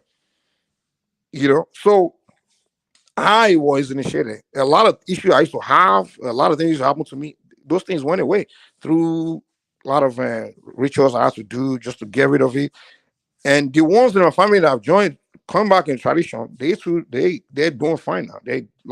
But we have ones that are just like literally confused. Like and I keep telling them, listen, you have spiritual problem. But they don't want to hear it. They say, oh, they're so addicted to Christianity. So, a few of them into Islam. They will tell you that your ancient ways, old ways, and they'll start telling you how evil it is. I'm like, okay, cool. Or what they saw through Hollywood movie. So they've been sort of brainwashed, So that's the point I'm making. Like, it's just, they messed up life. Yeah. How many minutes is everybody talking? Wow, Just 5 minutes because we are moving ahead now. We are But moving anyway, ahead. Okay, Mike, let Rational Mind just say something before we move ahead. Okay. Yeah, I just want to address you. I want to address you, Dupe and one man. But let me finish before you go, because you know me and you will spark again. But let me just let him finish Rational Mind. Okay, Mike, go ahead. So we need to in Nigeria, honestly, we need to start documenting where we are coming from and where we are going, how we became the way we think, what's the origin, how do we become Christians, how these religions came into Africa, the history. We need to document these things and start teaching our children so they know what the hell they are doing, because a lot of things we do, we don't even know the origin, how it came about. We just do it, we just follow it, we don't do research, we don't ask that question. When the British came, what was the point of these missionaries in Africa? We don't know, because obviously what I found out was that when the British came, our deities were disturbing them, and they needed to get it out of the way. So they had to use some strategy to convert people and brainwash people. So that way, when they convert them, they cannot utilize those people, use them to penetrate the continent, to come into the land and do whatever. So it's a game they play, it's a tactic, So when I discovered that, I'm like, wow, how come people fall for this, So we need to do our research and find out what this is. Because obviously, beside even what I'm saying, the spiritual part, look at the destruction the pastors are doing in Nigeria, in Africa. Look at all the crazy things they're doing. Fake miracles, lying, destroying families. I mean, it's just, they're the ones destroying people. And they will claim that we are the bad ones. You know how many people have had to heal from pastors destroying their life? I'm talking about like spiritual healing from Christians. And they will come to us when their problem becomes very bad. They'll forget pastor and not come to Babalawo. We need to be the ones to help them. Even the stupid pastors, they come to us too. They come. I don't even answer pastors again. I want hypocrites. They come to us when they have problems. They come. We want to have to to find solution. So this story is so long, but anyway, let me just stop here. All right. Thank you so much, Mike. Rational Mind, please, can you just make it brief so that we can move to another topic? Somebody spoke for about 2 hours here, telling me to make it brief. Mike is my G now. This is my show. Mike is my G. It's your G. Now. No, not only your G, it's your L. Your G. What English or more Igbo, so you're my G. Mike is my G. Just get there and have peace, please. Shori, you are one man. You see, I think they were left in anger here. I mean, you guys did not address the matter here. Like, you see, you see, I keep telling Mike that you need to learn respect. Your insolence is, if most of us come here and we share our view and we kind of like attack our views, not because we hate, not because we hate each other or we just want to challenge people's views, so that whatever you are saying, you are consistent. You are consistent about it, and you know what you're talking about. Not just you're just coming here and making up stuff. That's why, not as if I know you. I don't know you personally, but sometimes we just banter for the sake of being bantering and wanting to just make things straight. But when you take it like to the extreme of wanting to attack people, I mean, there are other choice of word you can use to show that, oh, I don't want you talking to me, I don't want you interjecting me. Then you have to stoop down low to refer to people as idiots and calling them names. I mean, it shows how rude this guy. I've used the word here several times that this guy is an insolent person. You're very nice, Abi. Oh, I've been off you. I expect Mark been up, man. So you call on the started shouting on me. You call me hypocrite. Mike, give him the right to reply. Okay. Because you went at him. That's the mannerism or manner of an insolent person. Somebody who is so rude, who would treat people like, and I've seen you many times the way you talk here. You address people. Even when people try to like talk, you are so rude to them. In fact, I'm so glad that this guy brought it up. Because if I said it, even though when I use the word insolence, maybe some of you don't even know, maybe you yourself don't even know the meaning of the word insolence. So my point is this, Mike. You are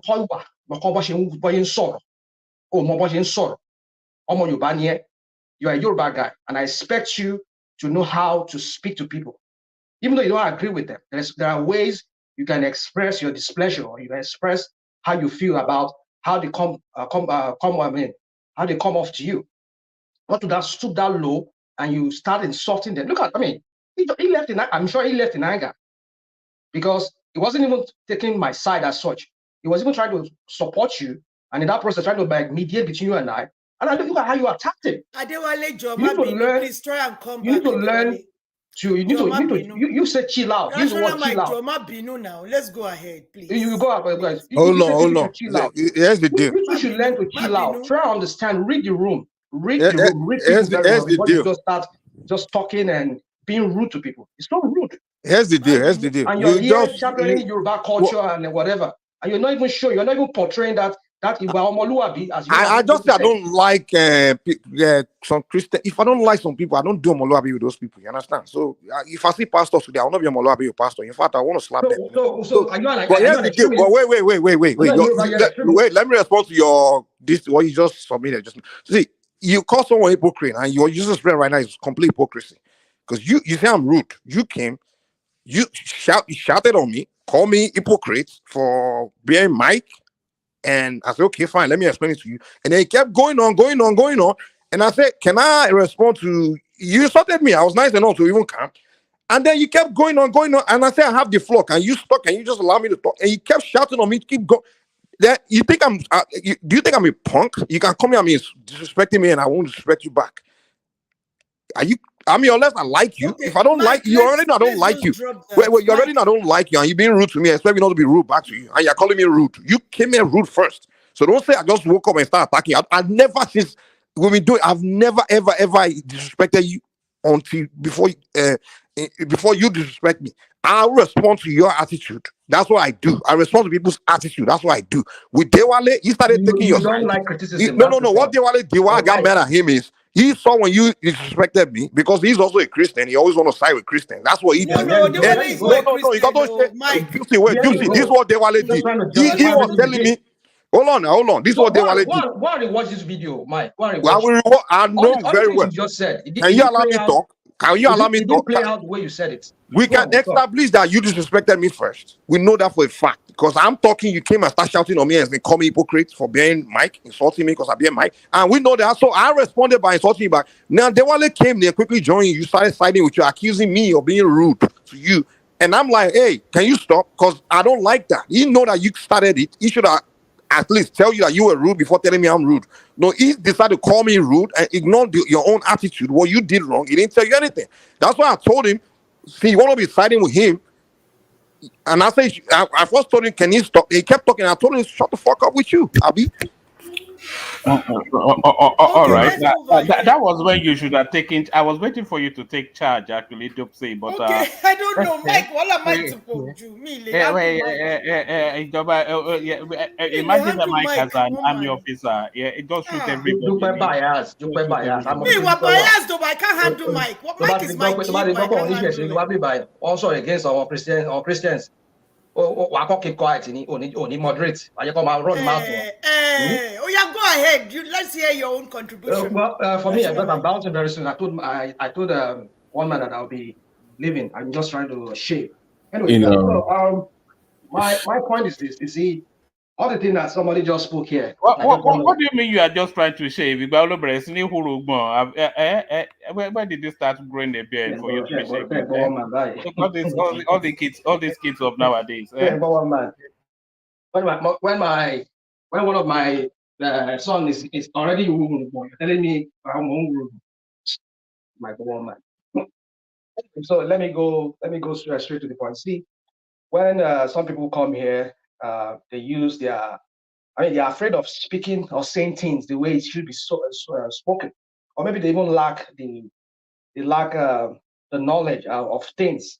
They always speak from their own perspective. Well, I'm not too surprised. One thing I want you to address is that I understand religion is that topic is a very is a highly charged topic. It's it makes emotion right go up high, and the only thing is just when people point a finger at one particular religion and they fail to do same to others. That's when it gets me like, what are we here doing? I mean, are we being balanced here? The last time I remember Usman Dan Fodio when it came to not Nigeria with the Hausas. If you talk about even to this very day, there are some part of Borno, Adamawa, especially Taraba, that people still you still find animals there. People worship their deities. Some of them they convert to Islam. They still practice their voodoo stuff on the side. Even in Kano today, there are some part of Kano where you still find people who still do those. They still do this their voodoo stuff, and they still go to mosque. But we knew how when Muhammad was making his conquest into North Africa, those people he converted into Islam in North Africa. They were referred as to a Kafiri. I'm speaking now, sir. Well, call them Kefiri in Yoruba, which is unbelievers. A lot of them were people who worship their own gods. A lot of them under the force of sword, they converted to Islam. So I don't know when somebody come here, all his fixation is on just Christianity. Maybe Christianity has done that to his family. Maybe that's what it is. But I'm just trying to put things straight for all of our listeners who I know most of them are informed. They are historians themselves. That if you are criticizing a religion as being the reason why Africa is backward, you don't have to just limit it to one religion and not only just Christianity or the so-called Christianity that was brought to Africa by some colonialists, but rather it's both of them. Islam is guilty, Christianity or so-called Christianity is guilty of this same brainwashing of our people to abandoning their own religion. But I can make case for both of these each religion as to why they had to convert these people to their own religion. Because these two religions thrive on can't even use the word proselytization. Proselytization means you convert people to become member of that religion. Judaism too has that in it, where they proselytize people. They make people convert to their religion to practice that religion. So like discipleship, they make people to become a disciple. So it's in an inherent thing in them. The proselytization that were done by the other two Abrahamic religion, which is Judaism and Christianity, how it's spelled out is not under the force of a sword or threats, but rather they talk to them, they get them converted. I want to believe that's how Islam himself, that's how Muhammad wanted it to be until he had to bring in force. But when you have so many scholars as to how did force came in, because some people will read some part of Quran, they'll show to you that yes, Islam also preach about discipleship, talk to people, convert them, without even threatening them to become a member of Islam and to practice Islam or Muslim.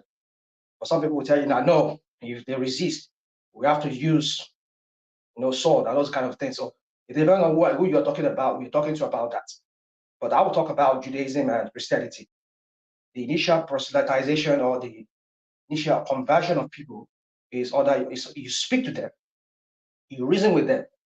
If they see reason to what you're talking about, then they convert.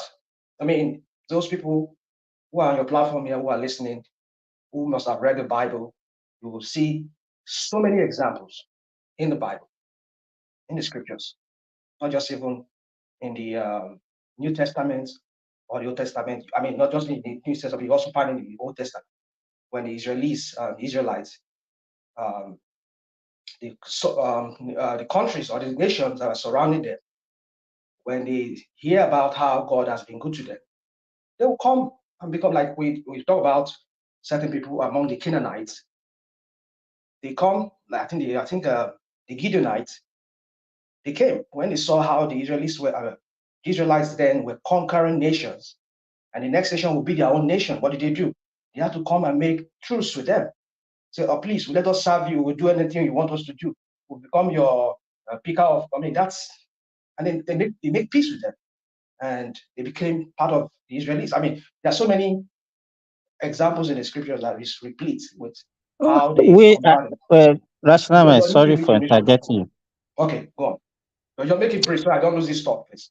No, I just want to ask you a question on the story that you are relating. I don't seem to understand what you are talking about. Which country, which region did the Israeli conquer? I'm talking about the Bible Israel. I'm not talking about the Israel of today, the one that called himself Israel today. You understand what I'm trying to say? Even in the Bible, we know that even it's the Roman that conquered the Jews. No, So I don't know where you are shows getting that. this story that you're talking Hold about. on. It shows that you don't read the Bible. You've not read the Bible. You've not read the Bible. If you read the Bible from Genesis to Revelation, you understand what I'm trying to say. For those people who read the Bible, they understand. So let me not go into details because of time. So my point is this: is that when we are finding fault with one particular religion, it kind of I ask questions. And this person at the store that just spoke, I mean not you, that just spoke a while ago that I had issues. I'm sure if you look through his family very well, the people who are his family members, extended relatives, maybe uncles, and whatever. A lot of them are not just Christians. Some of them must have been maybe Muslims too. They must have converted because I know their parents, grandparents, or whatever must have been practicing our normal Isheshe, but they converted to maybe Islam too. It happened in Yoruba, many Yoruba land, apart from in the northern states, where therefore they brought in war on them and made them to convert. Most of the how do people? I mean, there's an outside word they used for to refer to their obas there before they started using this emirship. They were all people that practiced voodoo and all of those things. So even the Shetima tribe, what do they call them? From Borno State there, was they are The very Canoris. The Canoris. Kanuris are very steep into voodoo. Forget it. Hmm. They have one of the biggest talisman. The whole Kanuris, they have the most biggest talisman. Talisman are just another word for saying they use the guise of maybe Islam to cover face, but they are steep into some magic, real big magic. So let's just feel. I don't want to lecture all of us into all of it. So my point is this: the conversion of or the mess they've made of Africa today is not only on Christianity. I think both of them shares it, Islam and Christianity. But someone to say, yeah, I'm trying to make it look like, oh, it's only Christianity that has done bad to his family. I mean, I don't know. And I'm sure some of our family must be also practicing Islam. But that's by the way. Now, let me go to the real substance of what I'm trying to say here. I don't know what the topic is now. We're just trying to talk about what this person said. And I'm glad that Simba brought that topic up and brought that question up. Are these same people also not even guilty of the same? You've had people that will go to all these people that do Isheshe, they will play you 419. You ask them this, they will do another thing for you. I don't know. We know people are just so dubious. So there's in every religion, there are dubious people. I know the pastors today, they are just businessmen. They don't preach the gospel. I've said it on this platform many times. I'm not really, I only practice religion because of my own spirituality. It's good for my own spiritual mind. And that's why I practice religion. I don't practice religion because I want to be known as a pastor, or I want to have big names. It's just because I feel the need that there is a void in me. I need to communicate with the Supreme One. But however you do it, you choose to want to do it, either through Islam or through Isheshe, is up to you. But I will talk to you about mine if you want me to talk to you about mine. If you see reason in it, you want to follow me, that's fine. But if you don't want to, that's your own decision. But that people will always find fault with Isheshe. I don't get it, because the whole concept around Christianity, like I said, is proselytization. You preach to people, you convert them. And that was what I think those early missionaries of the colonial times, they did. But we know, like he said, like Mike said, there also political angle to it.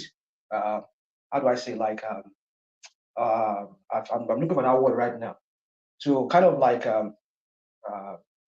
beat the people of Africa down, to make them look that they are inferior. Perhaps that's another angle to it too. But they use that as a tool. Those Control to control us. Maybe that's what other word. Control. So to control the people, maybe that's the word. But the real rational mind. Can you just let me just conclude so this way. Yeah.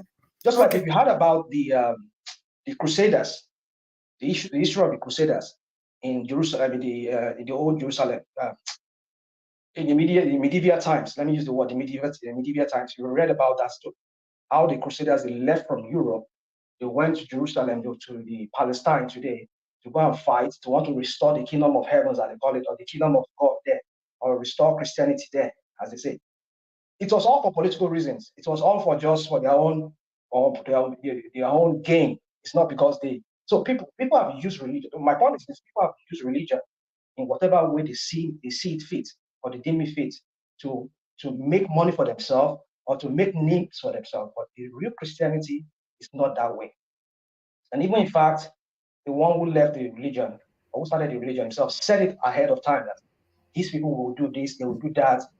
So people are already forewarned. So it's up to you, if you read the Bible very well, to know all of these things. Truly, there are people who would use anything to promote whatever agenda or whatever things they want to do, like the colonialists did. I give that, I see eye and eye with Mike on that. But that sometimes we just need to be balanced when we give submission on things. But I'm sure we are not all balanced. We're all different in how we see things. So, but let me just leave it at that, so that if there's any question for me, fine. No. There's a guy Femi on the platform. Please, can you just make his submission? Okay, BT, you want? Just a question, just to clarify with Simba, because sorry, apologies, Femi and Dupse. Just 1 minute, just want to clarify something with Simba. Simba, by the way, sorry. I saw your email today. I will respond to your email. I apologize. And one man, check your email as well. I had my guy respond to your email this morning, so please look at your email. But my question to Simba is that, like in America here, we have typically state laws give parents like the leeway to guide their children, including providing consent or refusal of medical services. But if the state determines that that belief is related to religion and is going to endanger the child's life, they can override those religious beliefs in some cases. So I wanted to ask Simba as the pediatrician, because I don't really care about the adult, to be honest with you, because it's their life. They can make their own choice. But for children that have to rely on their parents, do we have any laws in Nigeria that protect the kids from these religious beliefs? Like, because I lost 2 of my friends in primary school that, looking back now, one died of asthma attack because they took her to Orioke, and the other one was at home jaundiced, but they were doing a abomole for demonic whatever, and this guy really died of pretty much just yellowed up to death, and he was there. And it was because of the ignorance of the parents and belief in these religious practices. So do we have any laws in Nigeria that protects kids from all these religious beliefs in Nigeria? Just a brief response, Simba, we can move on. Okay, yes, we have. But the only problem is that the 2 examples that you mentioned, it happens at home. But peradventure, if they bring such a child to the hospital, like the one that had jaundice, and maybe they said they want to do something like an exchange blood transfusion, and the patient refuse. You can actually, most of the big hospitals in Nigeria, we have lawyers that can seek court injunction to restrict the parent from actually taking any decision that can affect the children. Yes, we have done it several times, and I've participated in one. The child the child was bleeding from the rectum, and the child needed blood, and the parents are Jehovah Witness. They said no, that we shouldn't transfuse. Where we seek court injunction and we transfuse that child. So, but what happened after was that they said they are not going to take that child from us, but the court still restricted them. They said they don't have any right to deny that child because we have to save the life. So there are laws that actually guide against But such practices. do they persecute like because let's say then they go through with those religious beliefs and the kid dies, there should be laws to prosecute those parents for negligence, right? I mean, I want to believe there should be one. Babati, can I comment? Babati, I even support that they should take. Maybe they should just take all the children away from them. Assuming they have like 5 kids, or 5 kids, they should. And this boy was this boy's mom. You have no knowledge of. I mean, I'm not talking about. Nobody is spinner. Hold on. This perspective of the other people you are criticizing, you do not have it. Can I give you that perspective, especially what Simba said? I did not give any perspective. I only asked a question to clarify. Okay. I don't. You don't do. Okay. Okay. What I'm trying to say is this: as a medical practitioner, Babati and Simba, you guys know that the medical field is evolving virtually every day. You remember that? Can you know that? Now, what these people are championing is that, of course, they can say they don't want to accept blood, but there are other medical procedures that they would accept to have these whatever illness that needs that blood transfusion. I mean, you, Babati, you live here, you practice here in America. There are different ways you can operate certain diseases, or certain illness that you're trying to fix. That if the transfusion of blood is one of the ways you can achieve that. There are other ways you can do without transfusion of blood. You know that? Right, but National Mind, did you hear what Simba said?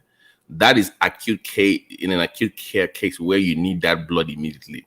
You're discussing it's because I get what Simba where you need that blood immediately. You don't have that much time to be spinning blood to reverse. So that's the thing. It's because some of our doctors in Nigeria, they are not exposed to that medical procedures that can hold on. Rational mind. You talk, because I'm speaking as one who has family members, and I've gone into their views as to that, and I've sat down with them, I've looked into that. So my point is this: is that there are many other medical procedures that you can bypass transfusion of blood.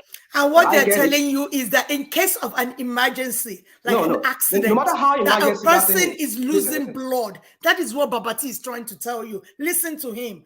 In case you have I'm also someone who is vast in this area. You are taken to an accident and an emergency station in the hospital. Some people need blood transfusion immediately to save their lives.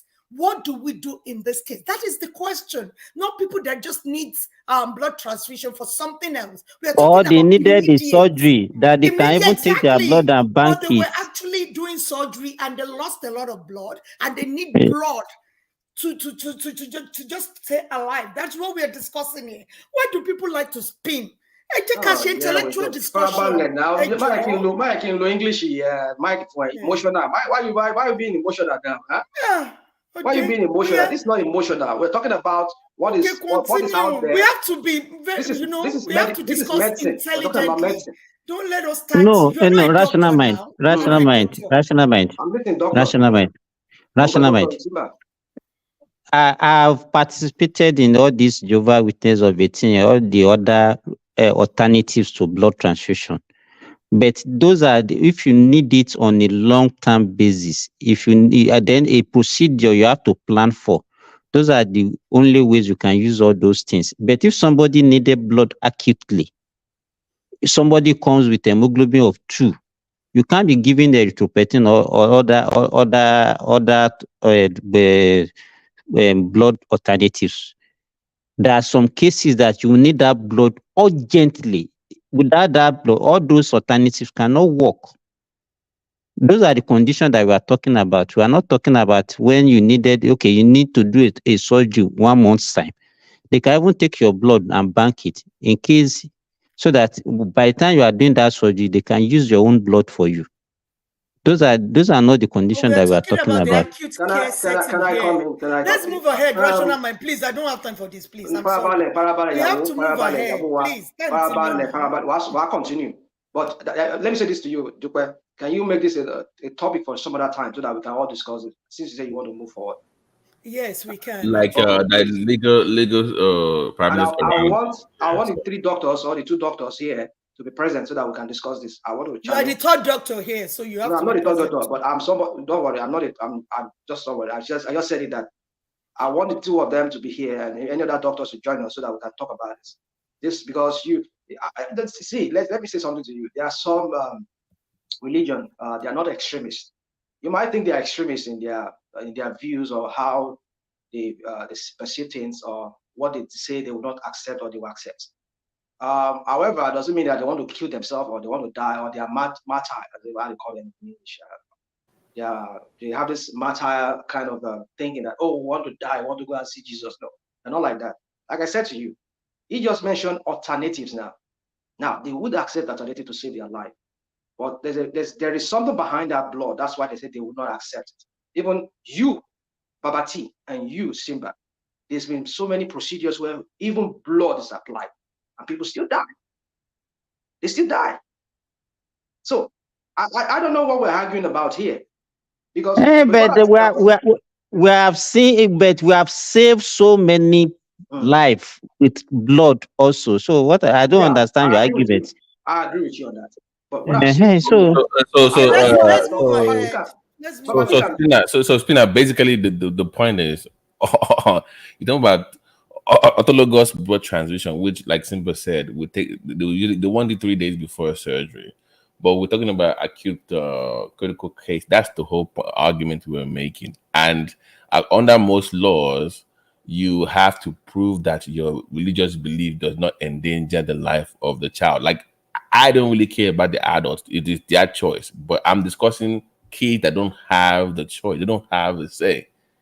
And they cannot give consent on their own. And when the mom, who is a religious nut, makes these crazy decisions on their behalf and they die, what happens to them? There are so many children that have died because of that now. That's where so many children have died because of that. But thank you, Dusi, for taking your time. Thank you. We'll make this another topic another day. Let's move forward. Yeah, we have to make it a standalone topic because I think there's a conversation to be had there. It's too big to be a side. Okay, yeah, one man, you are a Jehovah's Witness. I've forgotten. Well, by birth, not by practice, but Yeah. So Simba, let me answer the question you asked me earlier about the people. No, let me talk. Who is there? No, that was me. That is me.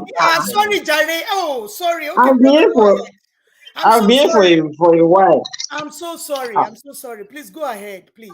Yes, can we open up the next topic and then you take the lead on it? No. Let me talk about what I understand, what I love to say. I have already think about it, and I would like to say something about it also.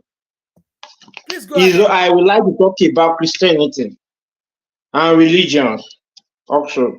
That is why I'm here since over an hour and waiting for everybody to finish before I have my own say. Yeah, this is what I am a Christian, and I believe 90% of people on this platform, like I'm talking about people here now. I'm talking about out of the 8 people, 90% are Christian. And hearing people saying that Christianity really affect them, really do this, really do that. Christianity, firstly, is a religion of love and peace. for everybody. You can sometimes someone can fall into some bad pastors. Is all in all religion, both tradition, Muslim, there must be a bad egg among them. I thank God I'm a member of Deeper Life Bible Church, and I am very happy to be a member of that church, because I have been a member of some churches that is different from my church before, and I know that there are pastors that are not straightforward, and they are not righteous in their way of thinking, their way of doing things. I used to say something, before I believe we cannot be righteous 100%. That is my belief before. But when I get to Deeper Life, Pastor Kumu used to say something that you must be perfect. I believe everybody cannot be perfect. You have to, Baba used to say that you have to work to be perfect. Every day, you have to be perfect in the front of Christ. And when we are saying that Christianity make our life simple, except someone that believe in miracle. Deeper Life, you cannot see Baba touching anybody for miracle. Baba will pray that let the layman stand up. Many laymen stand up. Many blind man started to be seeing. A deaf started to be speaking up. This happened. Everybody can attest to it that when Baba preached, after the end of the preaching, Baba pray. Baba does not touch anybody, and you'll be seeing miracle. People say that there's no miracle, there is miracle. That is why I used to. That is why I make that example. Which of the Babas? Which one? Baba Kumu. Baba Kumu does not touch anybody when he pray. That's why he went ahead to go and get married to somebody after 1 month. You can make evidence on him. Baba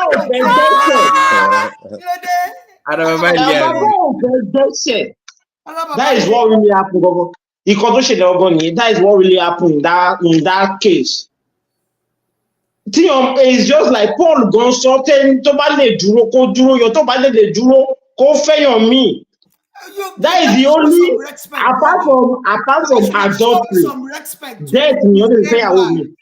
He should have shown some respect. That was so disrespectful of him, brother. It's not a month, madam. It's not a month. It's not a month.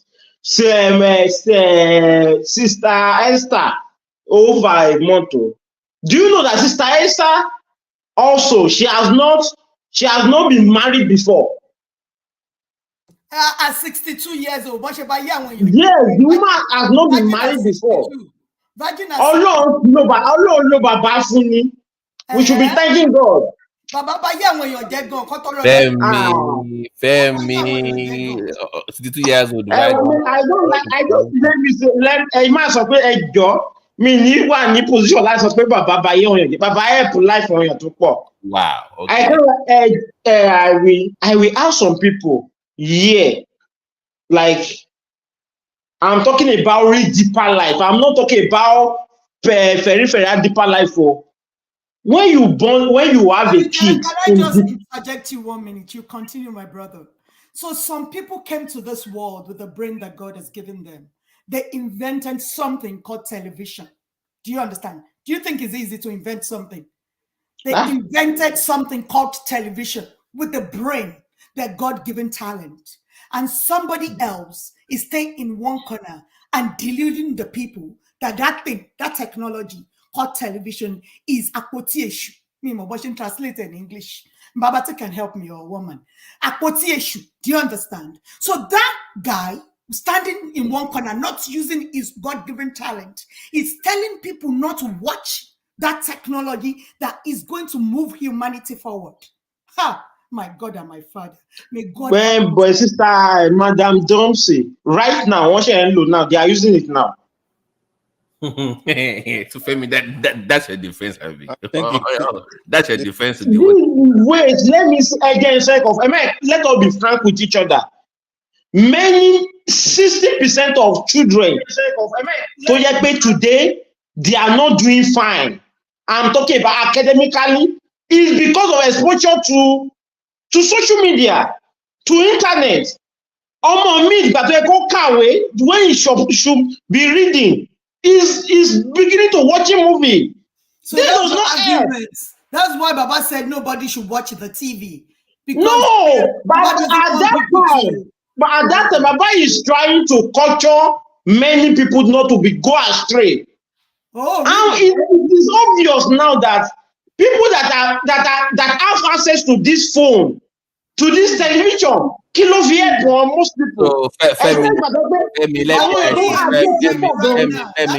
Femi, can I ask you a question? Are you going to ban cell phone too in your church very soon? Because I quotation on because the way you're going now, you're going to ban cell phone. No, I'm not saying they should ban it.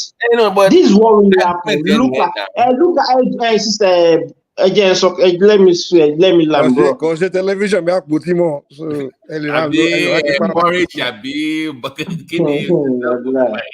is that black and white television they are calling a putting? You know the way the thing look now. The open and close one of it. Those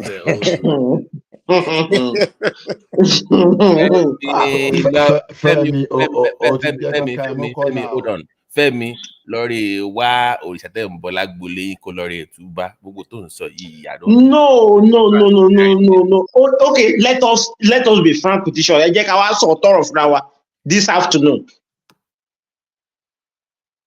When let me say something, yes. When you train your child in the way of God, like I remember I will speak about myself. When I was still young, when I was still living with my family, when I later go to school, I went to school then. And people are saying that this something happened in the school and people make a false accusation that I did something. My parents were bold to say that Tayo, he can never do that. He can never. Because they know the type of kids they have. When you born for Christ, you cannot fight for, you cannot be doing something that is against Christ. You will do something in a way of God. And when you have a kid, when you train a kid in a God way, that parent will be happy. That parent will have a peace of mind because he knows. But when you know that your kid is not in a way of God, that does not know God, brother, I can't I've met many people in my life, and I know when you don't know God, there's many things that come through your mind. Can I ask you a quick question? Statistic shows that the people that commit the most crimes are Christians, and in fact, the highest number of people in prison are Christians. How many population are in Christian in the whole world? How many percentage? No, I'm talking about a country where there are even almost 50%. No, how many percentage of Christian in the whole world? No, percentage of Christian in the whole world, how many? Femi, just a minute. See, Mike, that's a very terrible way and misleading way of using statistics. So you just come and say, oh, percentage. Which country?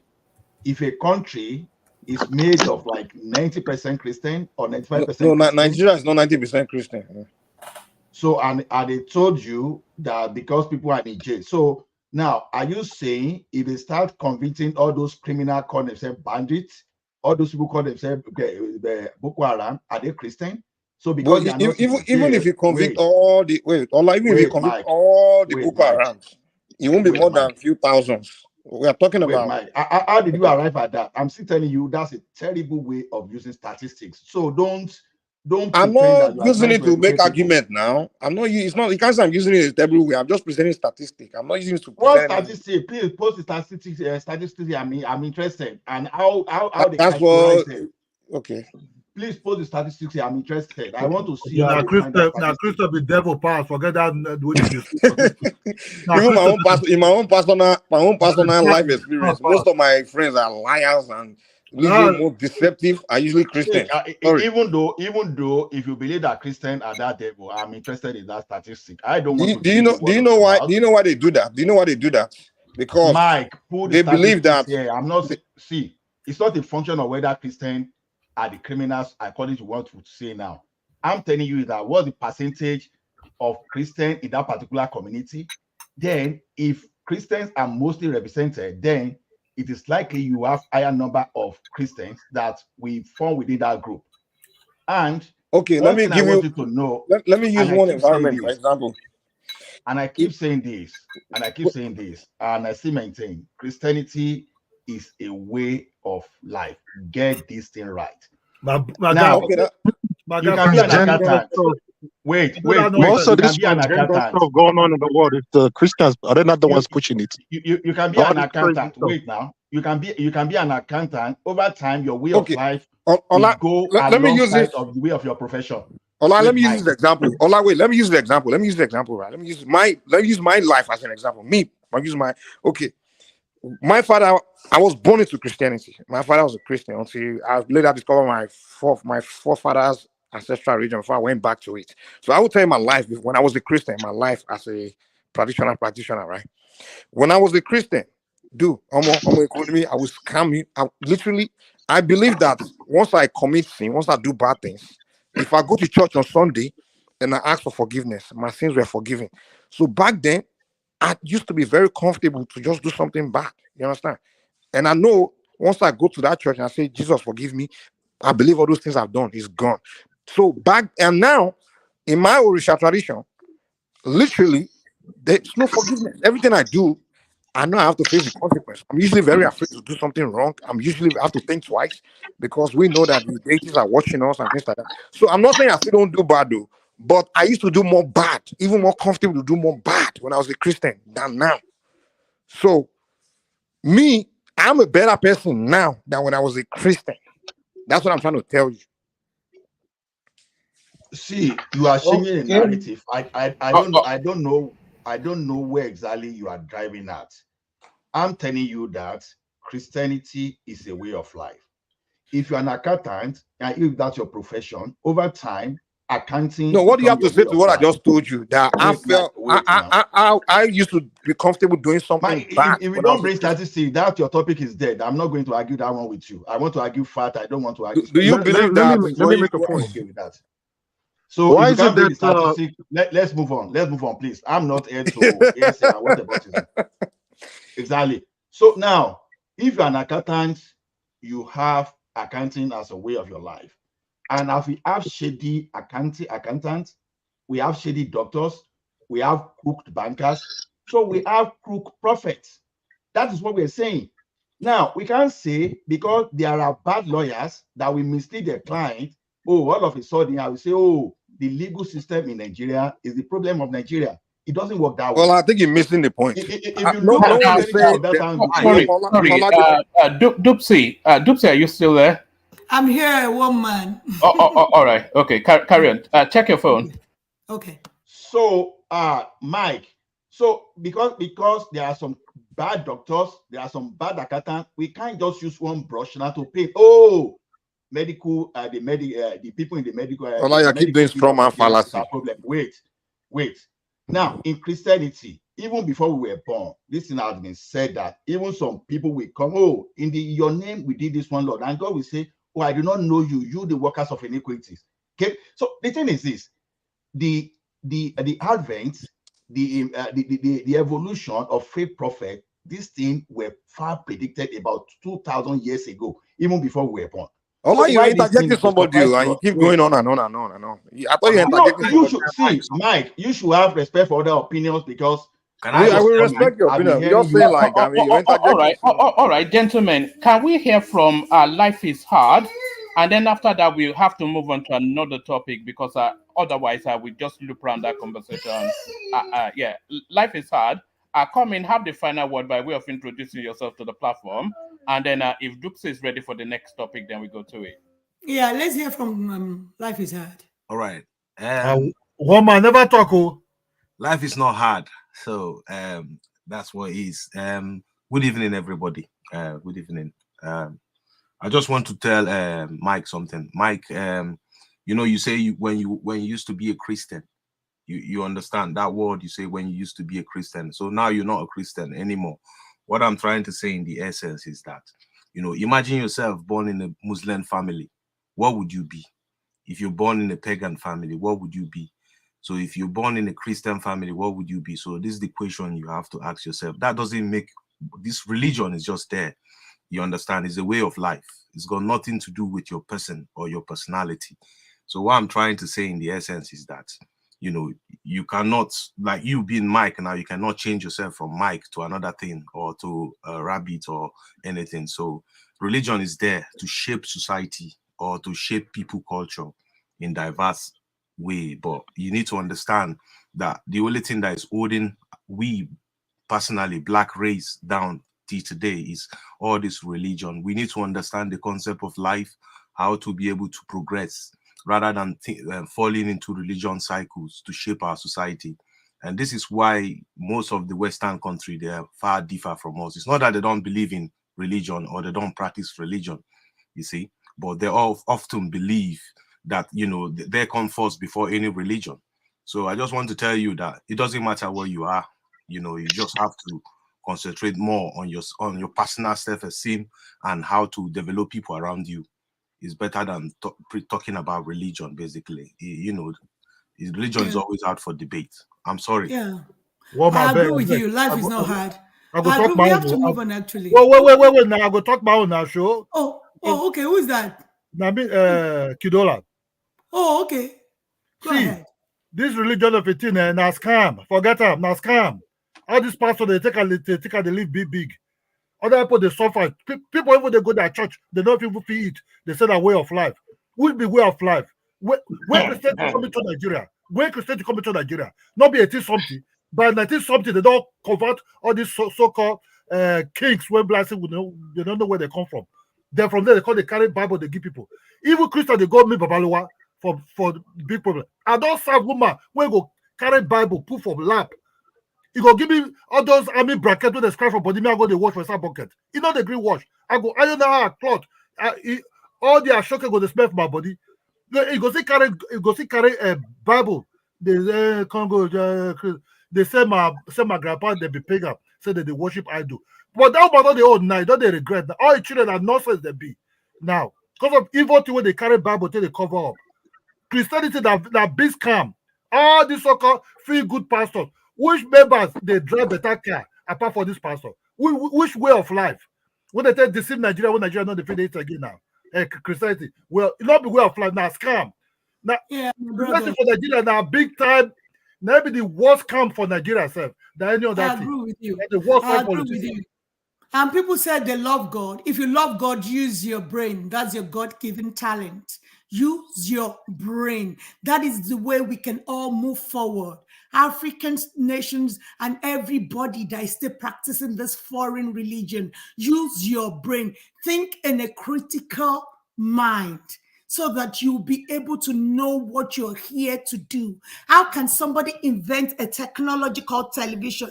Then somebody with a low IQ will say, is evil box, don't watch it. Then people will follow suit and won't watch it. It is bad. Let us use our brain. So we are moving forward to the next topic. It is disrespectful to a woman about it is disrespectful to ask a woman about her body count. I think this is one of the girls that went into those what did they call it? Big Brother House. Big Brother House, yeah, because I don't watch them actually, woman. Is there any read up to this? Yeah, let me just quickly whisk through it. And apologies for the background noise, by the way. So this is it is disrespectful to ask a woman about her body count. This is Tolani Barge, one of the hotties from Big Brother. Big Brother Niger reality star Tolani Barge has described as disrespectful questions about body count from men. According to the So I'm hearing myself back. Can everybody mute so that you don't bounce back? Yes, so let me just take that from top again. So yeah, it is disrespectful to ask a woman about her body count. Tolani Barge, Big Brother Niger reality show star Tolani Barge has described as disrespectful questions about body count from men. According to the reality star, she does not think asking a woman about her body count is right. The reality star said this in the latest Bad and Bougie podcast episode, hosted by her and actress Moet Abebi. She, however, said it was okay to ask her partners about their relationship history. Tolani Badge said, if a partner asks me about my ex's relationship history, I'm okay. But something I won't answer is body count. I feel like, what's really your business? My body count is not high, but I still feel like it is disrespectful to ask a woman about her body count. It is not because I am ashamed to say the amount. It's just like, who do you think you are to be asking me that kind of a question? So that is Tolani Badge.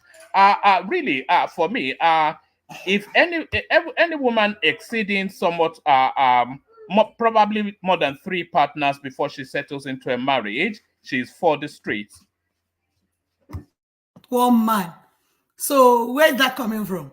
If a woman exists three partners, she's for the street. Where is that coming from? Where did you read that? Is that from the church, from the mosque, or from where? It's from the morality code now, from the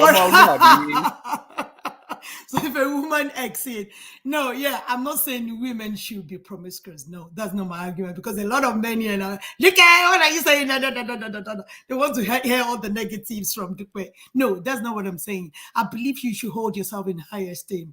Be a very confident woman. How can you be confident, actually? It's not even by books. It's by this body count. That is what I believe. So I'm not even preaching that women should, be promiscuous. But why is a man asking in the first place?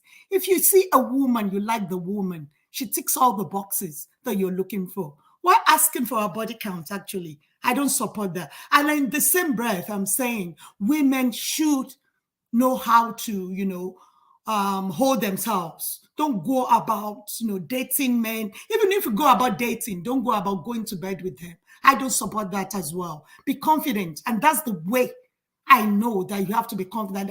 You walk soon. So that is the way I think women should hold themselves in high esteem. So, but for men, you man that you're asking for a woman's body count, what is your own body count? So that is it's different standards now. Yeah, you know that. Why is there a different standard? Because a man who has slept with plenty of women, they consider him to be a stud. But a woman who has slept with a lot of men, they consider her to be a whore. So different standards. Who is making all those rules? I don't support that. Society. Who is making you guys just want to bring women down. That is it. So, but it's not even good for women, and it's not good for a man too. I've got 3 boys. I'm always telling them that for you to be a great man, for you to be a good man, is not by by your body count. It's by being responsible. And being responsible starts from who do you want to have sex with. Don't just be having random sex. That's the way I teach my boys. Hold yourself in high esteem. Yeah, but men are encouraged to do that so that they have a good enough of an experience of women before they settle down. I don't. Don't have random sex. Go for somebody that you like. If it's not going to work out, it's fine. But don't stop having body count to use that one to pose. Would you rather young men make their mistakes in a marriage or outside of a marriage? Because if they make that mistake within a marriage, then they will continue to multiple marry. But if they what is this mistake, woman? All the learning curves of the different types of women that there are, and then how to handle them. So they need necessarily to spread a little bit to get that experience before they settle into a marriage. Bedroom mistake? Is that what you're saying, or just all inclusive? That is Western nonsense. That's Western Western nonsense. nonsense. It is. That's Yeah, complete and what nonsense. I want to say before you guys start chiming in is that I want to tell you guys that it's not even good for guys to be having, that a large number of women that they have slept with. Learn how to have great sex with your partner. If you learn how to satisfy your woman, if you learn that with a woman, you're going to stay with that woman for a long time. In a Because marriage, you guys in a don't marriage, even know. In Dupsy, marriage, in relationship, Dupsy, anywhere. you know another marriage thing. and Learn how to relationship. satisfy That's for that one everyone. person that you're dating, that you get married to, that you're dating or that you're married to. Learn how to satisfy that one person What first one is dating? before philandering Dupsy, around. Yes, you know that another is thing my that take. happened. You know another thing that Yeah, happened. A lot of people yeah. when they get into relationship or marriage, they bring the emotional baggage from their previous all Of their course, experiences. I agree. Yeah, They bring it into. They start seeing. Maybe they start seeing that demonic guy they did there before. They dated before. They start suspecting their husband to trying to do the same thing we do, or the man dated some terrible women before. He begin to think suspecting his wife being the same. Or he start that emotional baggage or mistrust you have from all those terrible experiences you've had with some terrible people before. You begin to bring it into your marriage and relationship. That's why I think that whole too much dating is not good. To be honest, No it's not good. dating at all. Plus STD, And even ST, STD. exactly, even disease, all those things. It's not a good To thing. It's me, not a good Men thing. and it's women not. should be It's not virgins even before about dating. for marriage. It's not even about dating. It's just about privacy. You see, one thing is this: when we try to embrace some silly culture, Like dating. depends on how depends on the kind of evil creativity that we are embracing these days. So this what we are seeing is only telling about the consequences, is telling us about the symptom of what is actually underneath.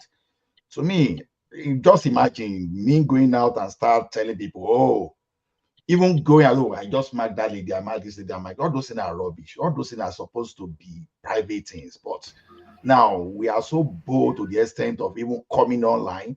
And it's even irritating that some people are even giving these people some kind of responses. They are asking you, what's your body count? And you start telling them. That is rubbish. See, those are the things that even if they ask you from the first instance, if you ask me such, I just tell you so. Oh, I'll tell the person you are being rude for even asking me, even as a man.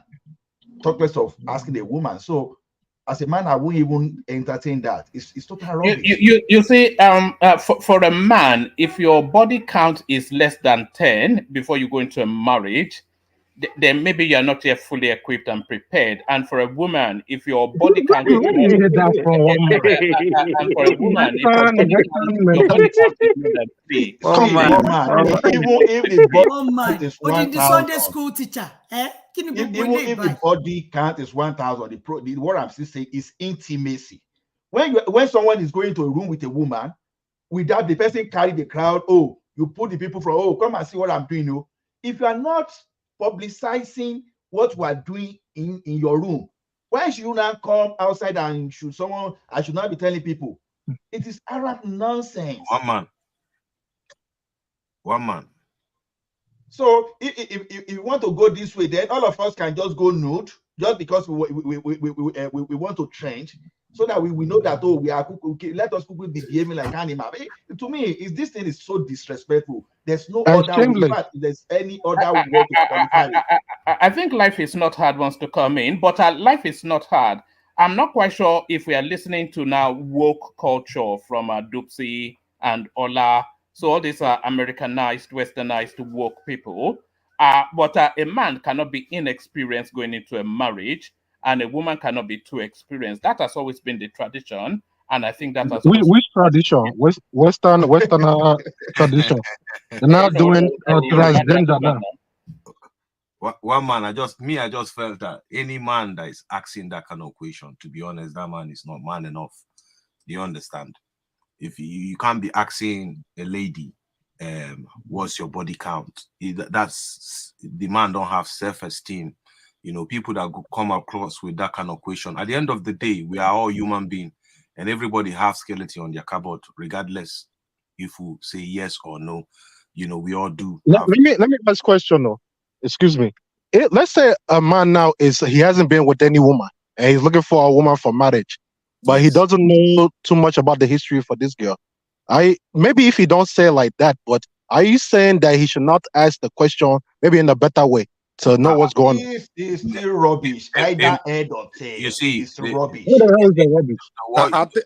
I think trying to know is not wrong, but asking is what is wrong. I think that's what I mean. I say. You're asking people, are you a prostitute? That is exactly what you are asking. You are asking the woman that are you a prostitute? That's another way of asking. So but trying to know. But trying to know if she's a prostitute, there's nothing wrong with that. But asking her if she's a prostitute, there's something definitely wrong with that. Yeah, one at a time. But let me tell you one man.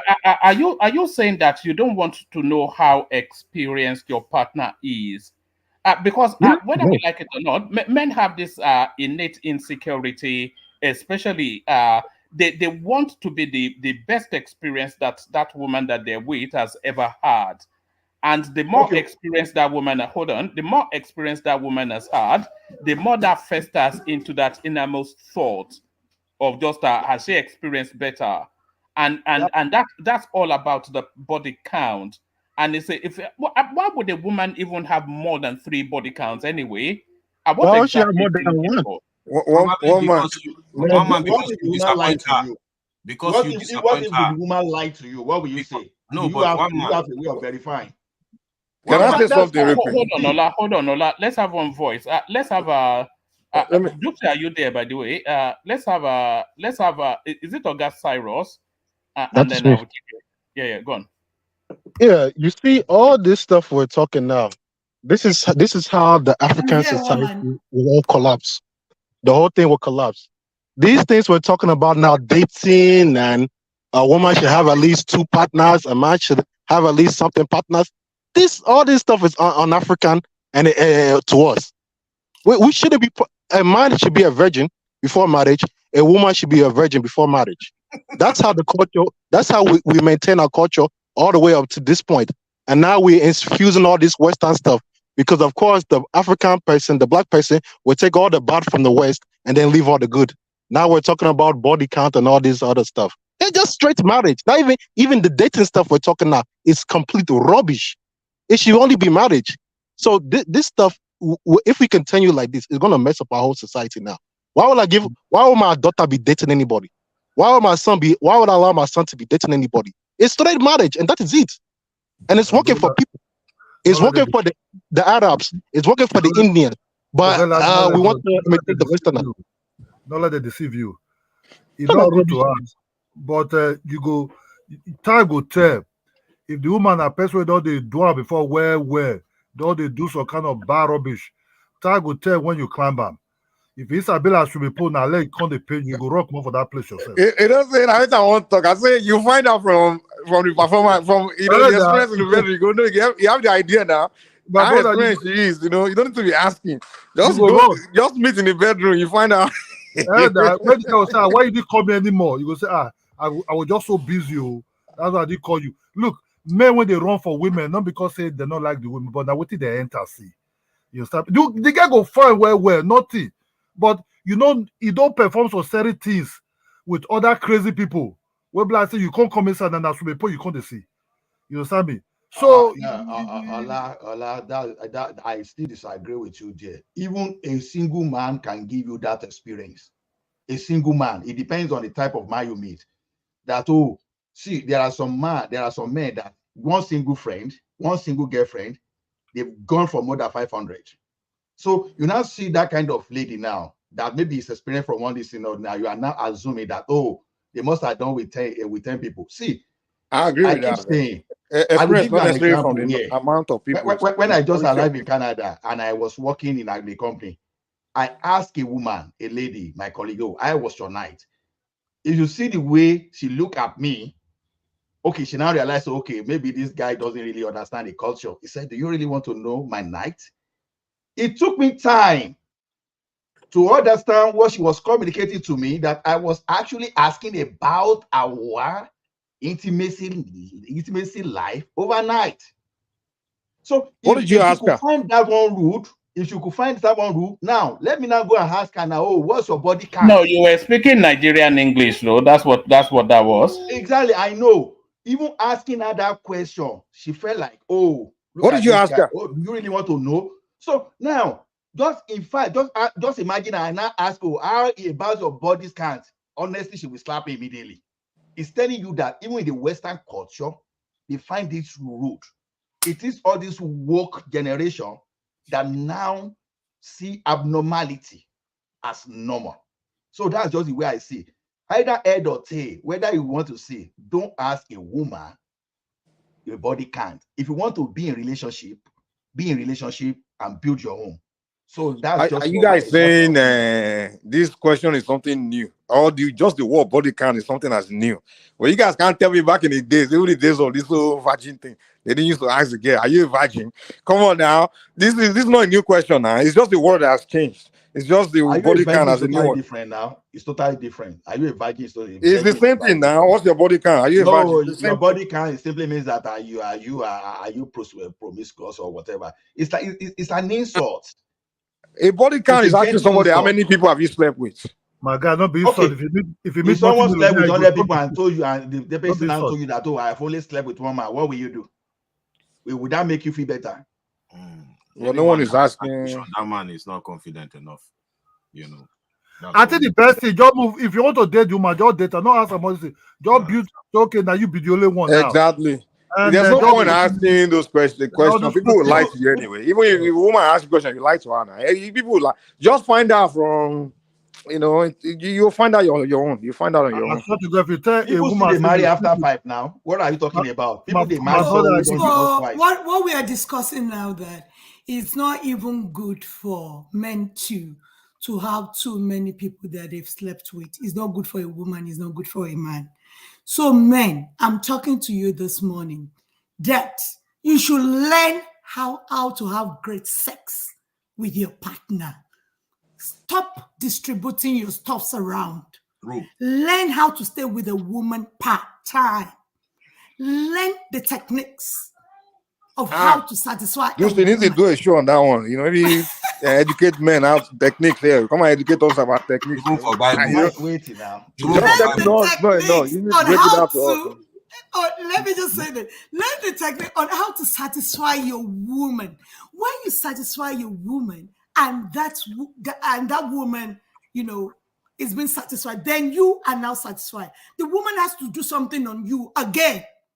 So by the time you see a woman outside, you wouldn't even have anything for her. So people should learn that. A woman part-time will reduce all this body count nonsense. So it's because a man is not satisfied. A woman is not satisfied with their partner. That's why they're philandering around. So people should learn the technique on how to have great sex. Do you think Yeah. Do you think people that can't satisfy someone should not marry the person? They shouldn't marry at all. Like let's say it's dangerous. It's dangerous. They should not. It's not the only thing in marriage. I like your answer, man. I like your answer. We ignore those things. My first child is 22 years old, and we always have sex education. So it's very important for a man to know how to satisfy a woman. It is very, very. Mike, what the person so it's very important for I want to talk to hold on, one voice, yeah. But I want something. Look, what do they satisfy? You won't kill yourself for what you won't do. What you won't do.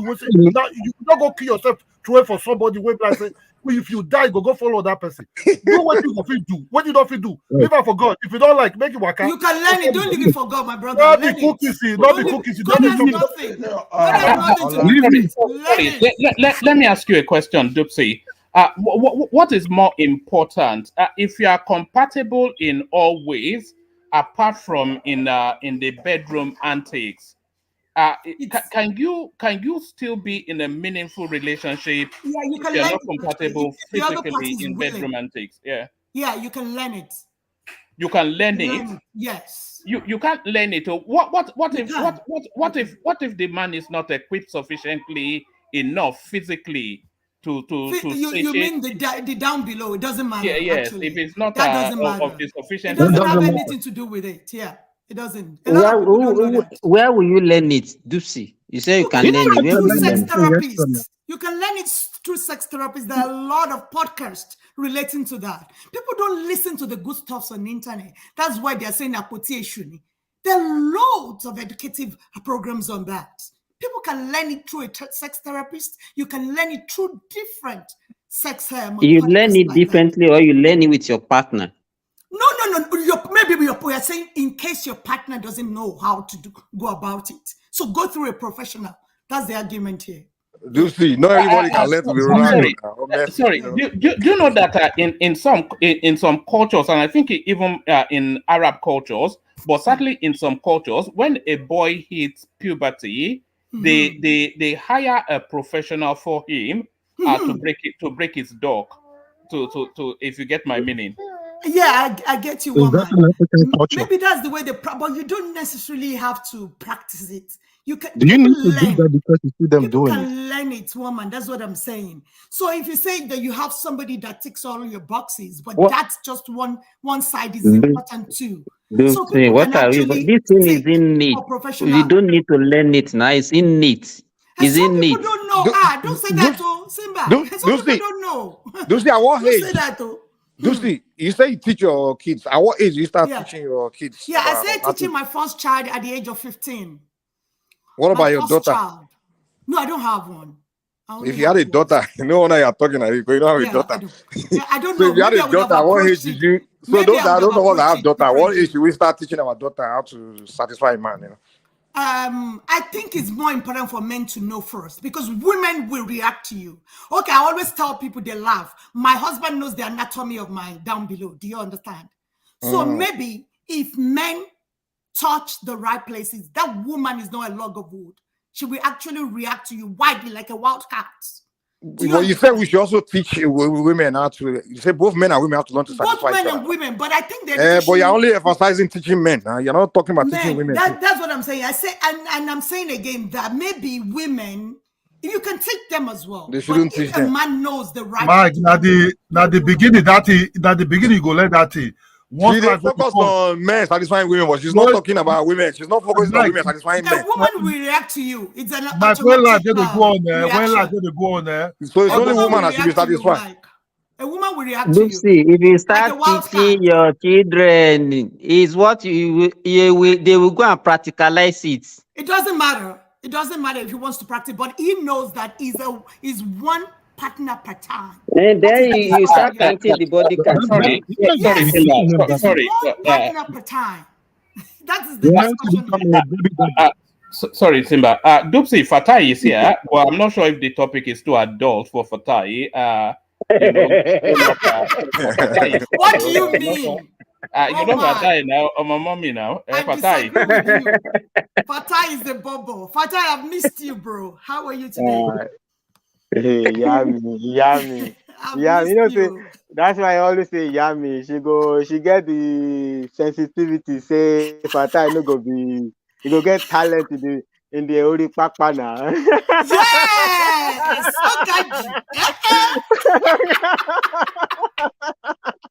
I agree with you. Fatai, educate us, Jare. Educate us.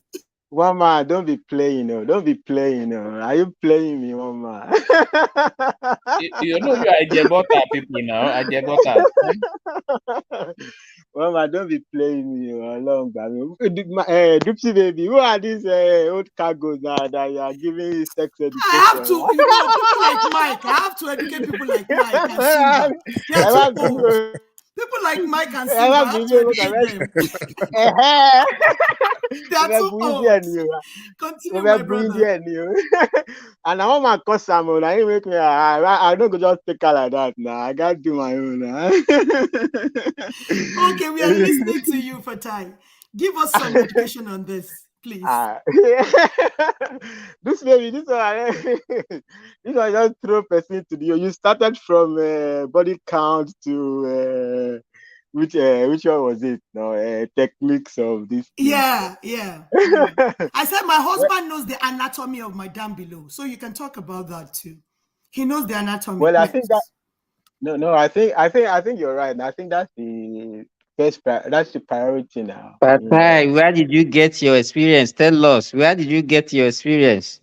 The problem with married people is that it's what they say, like law of diminishing return. Once they marry, their techniques, abilities start to decline. But every day they go up now. Every day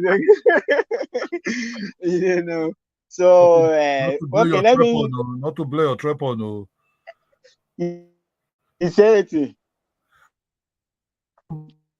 Anyway, let me Not to blow your trap on. Go on, you go on.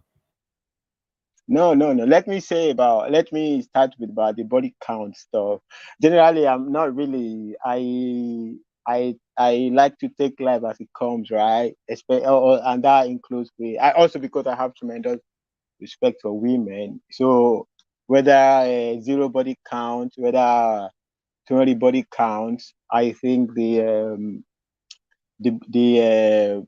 It's in the relationship, the relation between the man and the woman. At any rate, I don't think it's like you're gonna meet a girl. Hey, hello, how are you? How's your body? How much is your body count or whatever it is? I think if the conversation goes there, I'm not going to die because I heard that somebody has how many body counts. It's not going to kill me. If it's, sometimes it's zero body count. Sometimes it's even not. You have to be the teacher. Where in many. If you have zero body count, sometimes you realize that people will. Let's not talk too much. You will realize that you are more often you are the teacher in the room and all of that. So I don't think really it matters. Especially in this society. But I don't want to destroy my African because somebody said that Africans, our tradition doesn't allow for body count situation. I don't think that is true for men though. I don't think African society says men shouldn't have more than should have zero body count before marriage. I think from what we understood, I understand is like there's a woman that's supposed to be. So that's It's two of them. It's two The of them. man, where would the man get the experience? Where would the man, if he's Two of not been them. with another woman? It's not been another woman. Where would the man get the experience? It's impossible. Anyway, I just make that point. I'm not. I think they follow. I'm not really I'm not so deep in the knowledge of the tradition like older people would be. So I wouldn't be going. I wouldn't be arguing. But our there's no courtship in our tradition. There's no courtship. And courtship actually encourages all these things that we are talking about. There's nothing like courtship in our tradition. And there are so many other traditions that doesn't encourage courtship also. Courtship I think it depends, my brother. I think no, yeah, I also that's another one. Another one we also do. Where only pay I don't know the Yoruba to say the word. Essentially, it says that 1001 only occur 1001 is the. So if there is no courtship, where did that proverb come from? That a woman's husband is 1001. And not literally, but like as a proverb. Like it's the last, especially when there is a issue of jealousy in the courtship or whatever, and they say the woman, don't worry, a woman's husband is 1001. Is the last one, the one on top that will be the final husband. That is that proverb. Now I just don't know how to say it well in Yoruba right now. I don't remember how it's well said. So I think the society generally is getting more flexible. I think there's a lot of flexibility around these things, So we hope that I think it's progress, but that's just my opinion. I think rigidity is not. I think flexibility sometimes is good, but everybody, the devil is in the detail. It's personal relationship now. You have different human beings are very different now. If I'm into somebody, it's I can't help. I have my own disadvantage. She has her own disadvantage, and we work it out. If we are into each other, and that I think that's the only thing that matters. So that's just what I would say about that. But this technique, all these old people, they must pay for therapy. They must pay for session now. Let's see, and I will get free. Now, Dupsy they give on a free. Hey, now they got to pay me. They got to pay me. I won't teach, especially Mike and Simba. Both of them, I won't teach them. All others can join me next week for that free session. Dupsy, I won't teach Mike and just Simba. to give them. Just to give them an in. Dupsy baby, there is even something they said there is a. I don't know whether YouTube allows to be specific anything. They say this thing, so it goes beyond G sport to there is also A sport, and then beyond A sport there's also another sport. Exactly. And that sport, the woman will wet the bed, literally. Yes. There's many things. Yes. most of our African men with their ego, they won't listen. Fatai, was that what you read in a comic book? What is all this? Fatai is saying the truth. Fatai, imagine one man. Fatai is original. Fatai, take it on a woman. One man said for a woman to reach a climax, that's like a trophy. And let one man. One man is old cargo now. One man is old cargo. Women don't often during sex reach a crescendo. Often, yeah. No, one man. You're not doing your job. No, actually, Dupsy baby. Dupsy baby. Actually, the problem is there is a debate. What the woman orgasm, right? Is a debate, but the point is the women have many orgasms during the sexual whatever. If it's appropriate situation, it's not one orgasm that's possible for a woman. Even in a 5 minutes encounter. Exactly. It's not one. Women have six different orgasms. Yeah. Fatai, listen to him, Mike. And they have to have every night. If one is missing, you're in trouble. It's not compulsory. One is okay per night. Rodney, he must complete 6. Okay. That man will not rest. You don't give her that 6, man. No. You learn how to just touch her. Even within 5 minutes, just like Fatai said, she can actually. If you only give her 5, no dinner for you. That's a lie. My point one. You share our own baby, man. I thought that was the dinner already. Marriage is hard work. On a regular basis. Fatai. Bàbá mi kí ló ń ṣẹlẹ̀ ọlá ṣe ni ọlá ṣe ni àbí ọlá. Ọlá Fájuyì. The thing is this: I leave in one face in and slap you like that every night for almost 3 hours. That woman will be shouting, "Hey, Fatai wa pa mi."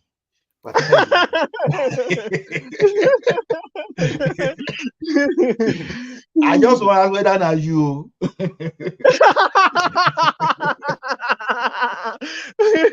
But if you give it to me now Fatai with that. Fatai show my obìnrin kan tá ní kí wọ́n divorce ọkọ wọn àbí coffee boyfriend wọn lẹ̀ tó máa fẹ́ kú síbẹ̀. Ẹ máa wonder pé why now? Why to fẹ́ kú sí boy? Ní mọ̀ pé nǹkan kókó yẹn gangan ló fẹ́ kú tì. You don't understand. Adé máa lù Dupsy, a máa ná lójoojúmọ́ kò dẹ̀ ní lọ. Kò ní lọ torí kíní yẹn gógó. Iyọ̀ ọbẹ̀ nìyẹn. Iyọ̀ ọbẹ̀. Ìyá mi, wọ́n ní pé ọ̀nà obìnrin méjì pé ẹnu méjì lobìnrin ní wàá bọ́ tókè wàá bọ́ ẹnu àkọ́kọ́ oníbọ́ kejì kí ló ń ṣẹlẹ̀ náà.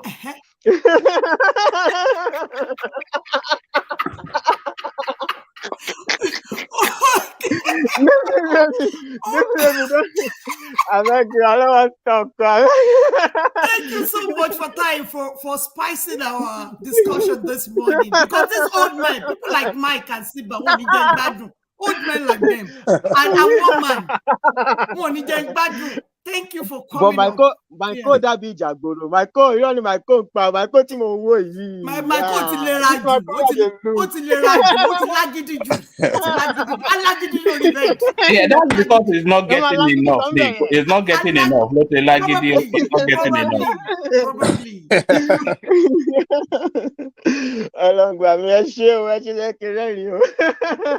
Thank you so much, my brother. Thank you so much. Dupsy, do you want to do the Adeboye clip, or have you had Okay, let's quickly do that for the next 10 minutes so that we can round off.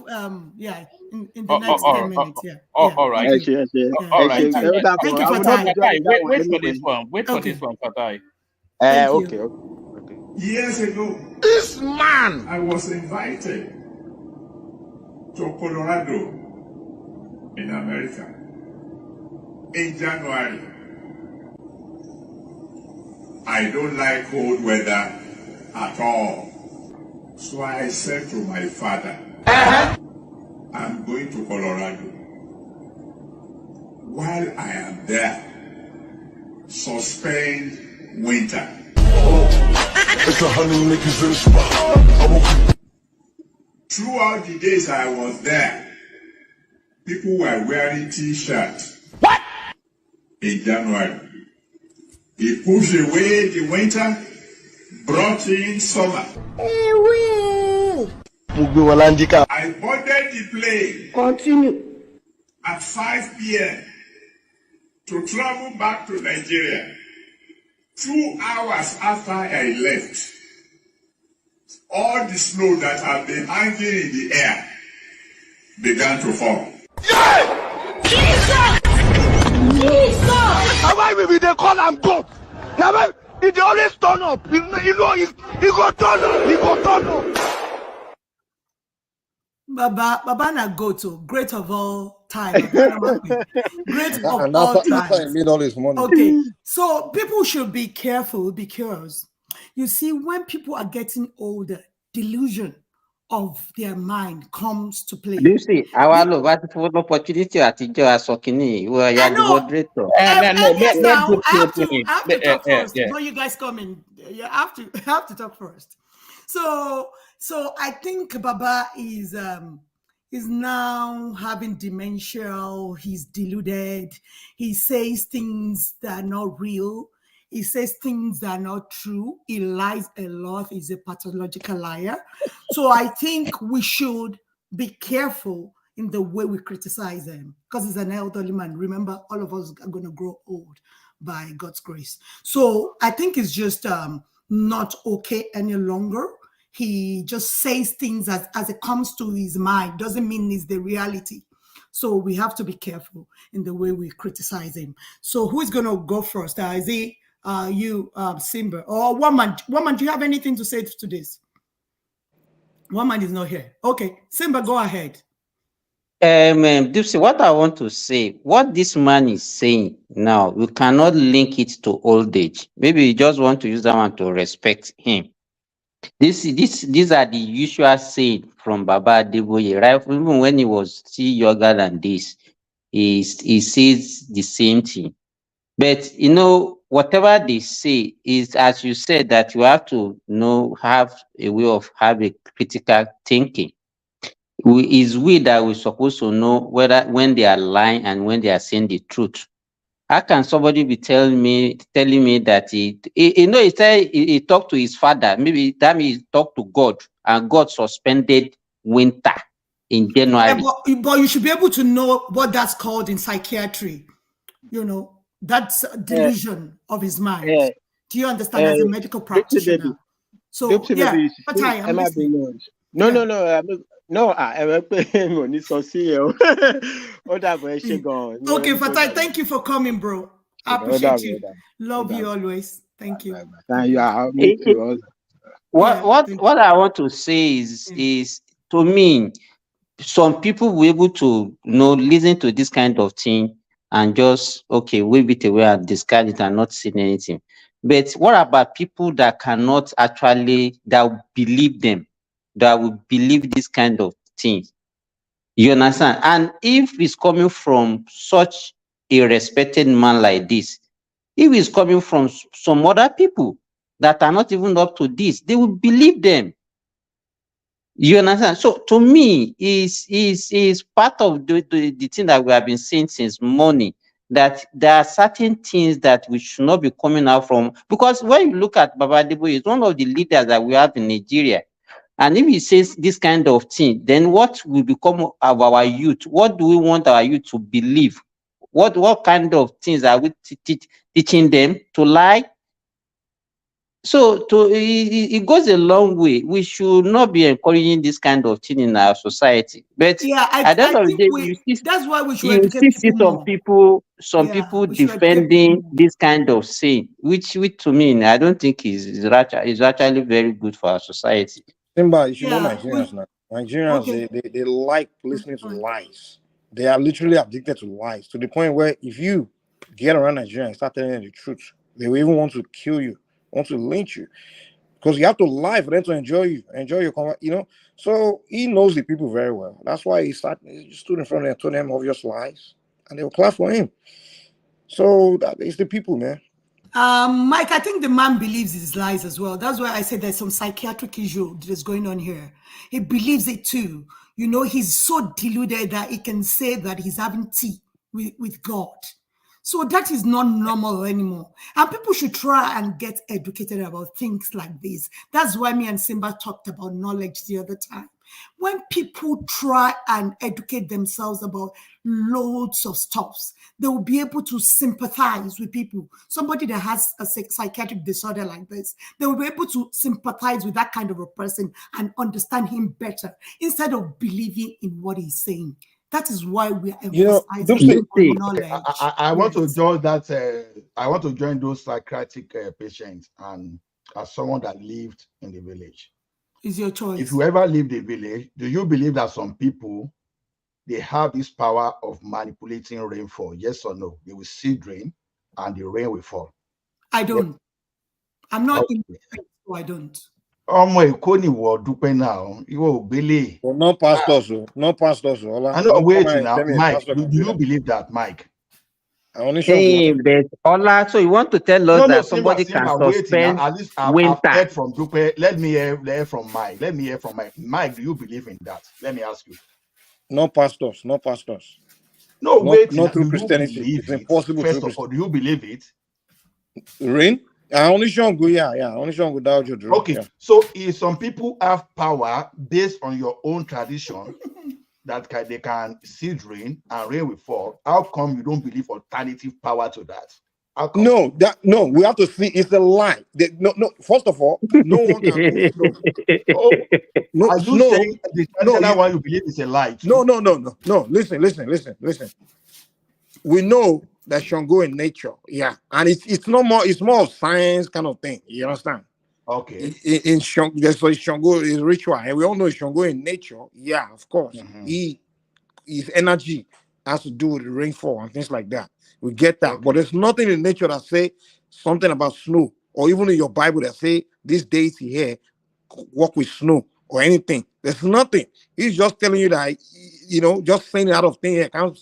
Like me, I can't tell you that Oshun can stop the rain, or I can't tell you that Ogun can stop the rain. I can't do that, or say Ogun person can. No, we all know Shango has something to do with rainfall. You understand? And so those that are into the science of Shango, yeah, they know some ritual things that they do, that they use to hold rainfall within that certain spots, not the entire world, though, within certain spots where they put that where they put that thing within that spot. Yeah, rain, the cloud.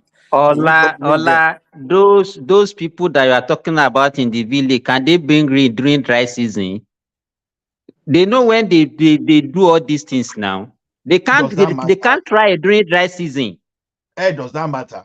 Whether it is it matters. It matters. Why are they targeting when they wait now? You know it matters. Okay, look at the post. Look at what Kulata just posted now. That Colorado weather can be erratic.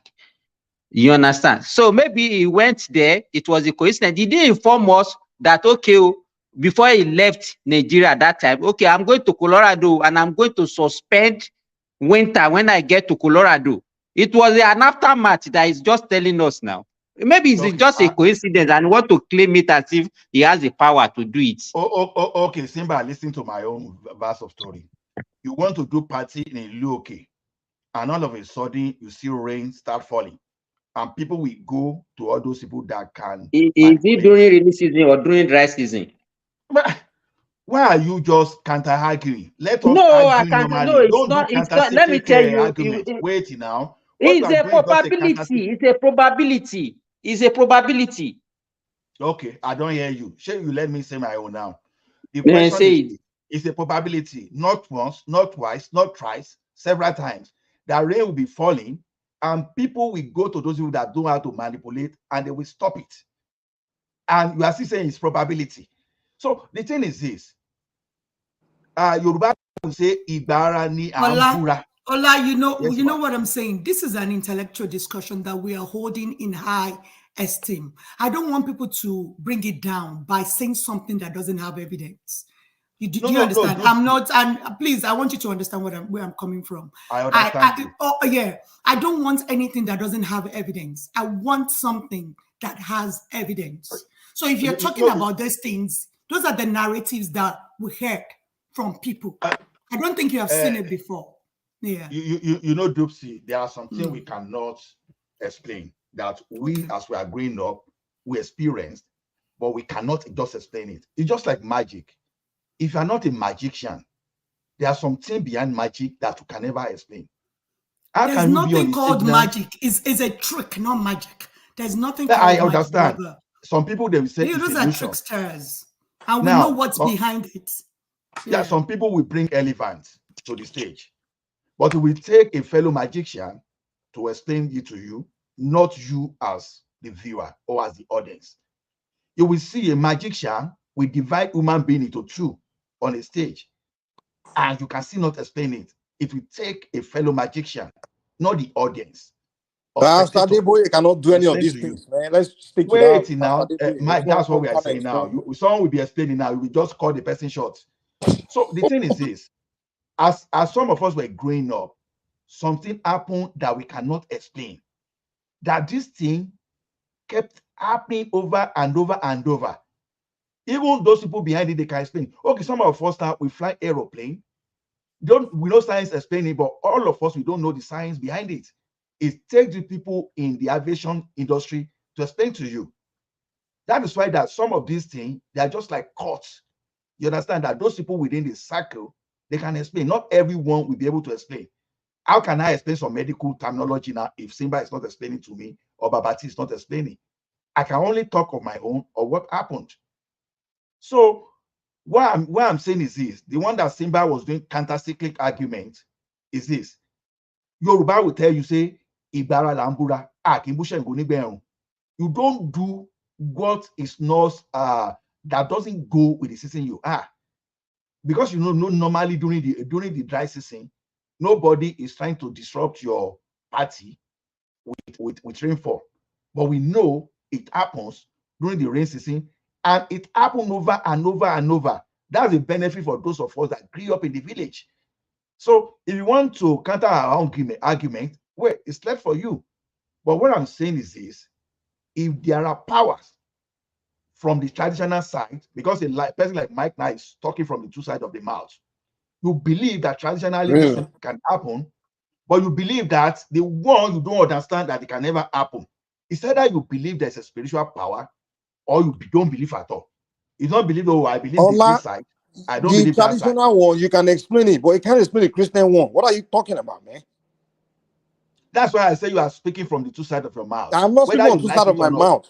No. It sounds metaphysical. It both sound metaphysical. Christianity is not metaphysics. The traditional one is metaphysics. Christianity is not metaphysics. It's just a book in the Bible you are reading, and then you just preach and preach. But there's no thing you put together. The traditional one, they put 2 and 2 together and they see something. What do you put together in Christianity? Absolutely nothing. Except sorry, I only came to spend 2 minutes on this topic. Because I worked in Denver, Colorado before for like 2 years. There's nothing Adeboye did. That place is a mile high above sea level, if it's Denver. And most of the Colorado is in the Rockies. So the weather there is very unpredictable. In January, it may snow. We will get to the airport on Monday. All snow like 5 inches. By the time it's Wednesday, we can't even wear sweater because it's very hot. In July, you go there, there's supposed to be summer, it may snow. So Adeboye did nothing. It's just the nature of the weather in So Colorado. he held on to the snow, right? Is that what They didn't hold on to any snow. It's a natural so what are you phenomenon saying? in that area. Adeboye did nothing. It did not. That's what It we're did not do discussing here. anything. I'm saying it's a natural phenomenon in that area. That's the weather pattern in that area. Okay, it did not do that anything. he lied. Okay, I get you. It's just BSing. It's a normal thing in that. It's a normal thing in Denver. You get to the airport, all snowed up. Next day is all sunny. You all wonder like, what the hell? Because you get there with 3 layers. Next day you can barely just wear a shirt. So it's just how what happens in Colorado. So you know, another city that's like that is Houston, Texas. That's another city that's like that, where in the morning they will have hot weather, in the evening, in the afternoon maybe cold. It's just the weather just changes within one day. It can change 3 times. Yeah. So there's certain part of US where you experience those things. But when pastors see for the first time, you say, "Oh, it's because of me." Yeah, that's the thing. That's why I can't go to church anymore, because when they start saying everything all they say, these they'll say things, it's because of them. It's Jesus. it's just nonsense. It's nonsense. It happens It's psychiatric regularly. disorder. They're all sick. Let's hear from Mr. Alexander Kulata. Just 1 minute, please. Folks, how are you? Yoruba people say, pardon my accent, you know, if you guys don't, please, I beg. I've been around for too long for me not to know that thing is if you go to Eweland in Togo, Ghana, if you go to some parts of Ekiti and Ondo and Badagry especially, you know that some things happen in the spiritual world that you cannot explain. And like I was telling you, Dupe, and you responded sarcastically. I have seen 1973, Lagos, Surulere, Ogulano Drive, where an Afar, it was raining. I was sitting down next to my mother. It was raining. We're at a wedding. It was raining. It was a Muslim wedding. I sat next to my mother. It was raining, and the Afar looked up and said 1 or 2 things. And within 3 minutes, the rain stopped. And 3 minutes, 4 minutes away from us, it was raining. And where we were, it wasn't raining. And believe me, 73, my Yoruba wasn't very good. And I was very English at the time. So I'm telling you, things happen that one cannot explain. So we shouldn't poo-poo that. So that's why I called. I don't know this Adeboye that Dupe is trying to label as being delusional. It might be going through early Alzheimer's. I don't know. I haven't done an evaluation. That's my area speciality. I don't follow him because I think that Christianity has been badly monetized, and everybody's if Adeboye can own 2-3 private jets, then what are we talking about? So that's why I called in. I'm not interested in this sex thing. I can't get into that. On the first issue we're talking about, this Christianity thing, it's indoctrination. It's a brainwash kind of thing. People have been brainwashed to believe that when they are sick and they can go to a man of God and they can be cured. I suffered from it personally because I lost the most beloved person I've ever met in my life, my sister, who had a PhD and was a first-class student, and she believed that Christ could save her, and she refused chemo and radiation, and she died in the process. It hurts to say it, but it's a mindset. It's a brainwash thing. We as Africans are just caught like that. I don't know where we got that indoctrination from. It's unfortunate, but that's who we are. We can come to United States or Europe or wherever you are and start changing your mindset because you see the way the Oyibo man is behaving. We are not Oyibo people.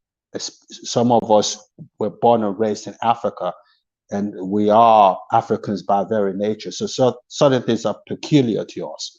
So that's why I called in, Dukwe. Thank you for having me. Thank you so much, sir. Thanks so much. We really appreciate your contribution. Thank you. Right. So, to round up, Adeboye just experienced something that's natural, that happens in that space. So he's attributing it to Jesus or whatever. It's just him being ignorant.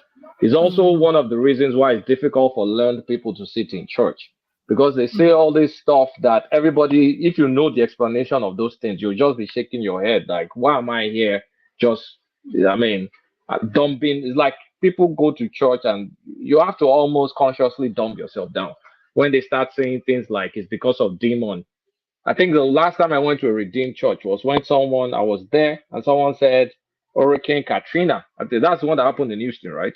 They said it's because of the prostitution there that the That's hurricane New happened. Orleans. New Orleans. Katrina is The New one in Orleans. New Orleans. I'm like, what the fuck? Like, what the hell is this? Hurricane happens in this area every freaking year. There's a pattern. So what does prostitution have to do with anything? So this religion of a thing, it's a personal thing. I get it. This organized religion it's a lot of time. It's Kulata. You know what? Did they even inform us that okay, I'm going to Colorado and I'm going to stop winter, suspend winter? It was an aftermath. It's aftermath now. That is graduate now. That's No, the graduate. government Simba is whenever something happen, they always attribute it to themselves. Like, They have to now miracle lay happened. claim to it. It's not something you pre-plan or like, okay, I'm going here to do this and I did it. They'll just say, just like in church, they are giving testimony. They'll say, I just got a job. Oh, it's because of you attribute it to because Christ. I mean, you just got it. What about the other days you haven't got a job? You're looking for the job. I mean, you I think attributing it. because he's an elderly man too, so people will not question him or Exactly. just yeah. What I think is that even if your wife or your husband decide that they're not going to leave that religious setting, that they still want to go, please do not take your children to other places. I'm begging you guys, do not take your children to, because it's going to dumb down their IQ. They won't be able to think in a critical manner.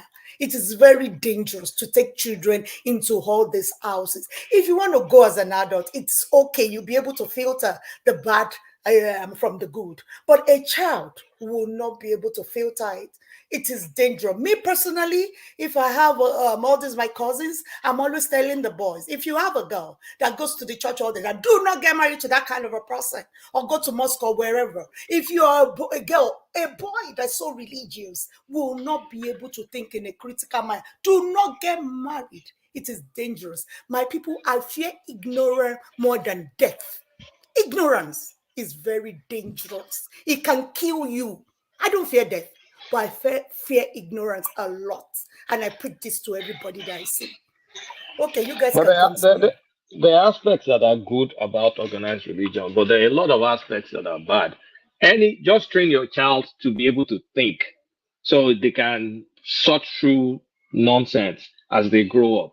I'm not going to force I don't go to church, but I let my kids go to church. But because eventually they're going to figure stuff out. We're going to figure the good aspect from the bad aspect. There are good things about Christianity. I know the church I used to go to before. I just flat out stopped going to Nigeria churches because I couldn't stomach it because they were saying a lot of nonsense. So I started going to some American church whereby you see them take money, they take it to Ethiopia. There was an area in Ethiopia that has a prostitute.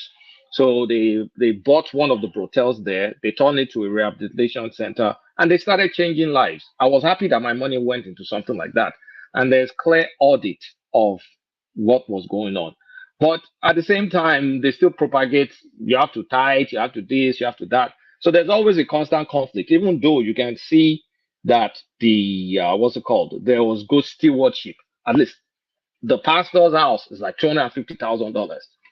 Very cheap. Like he's not spending in people's money.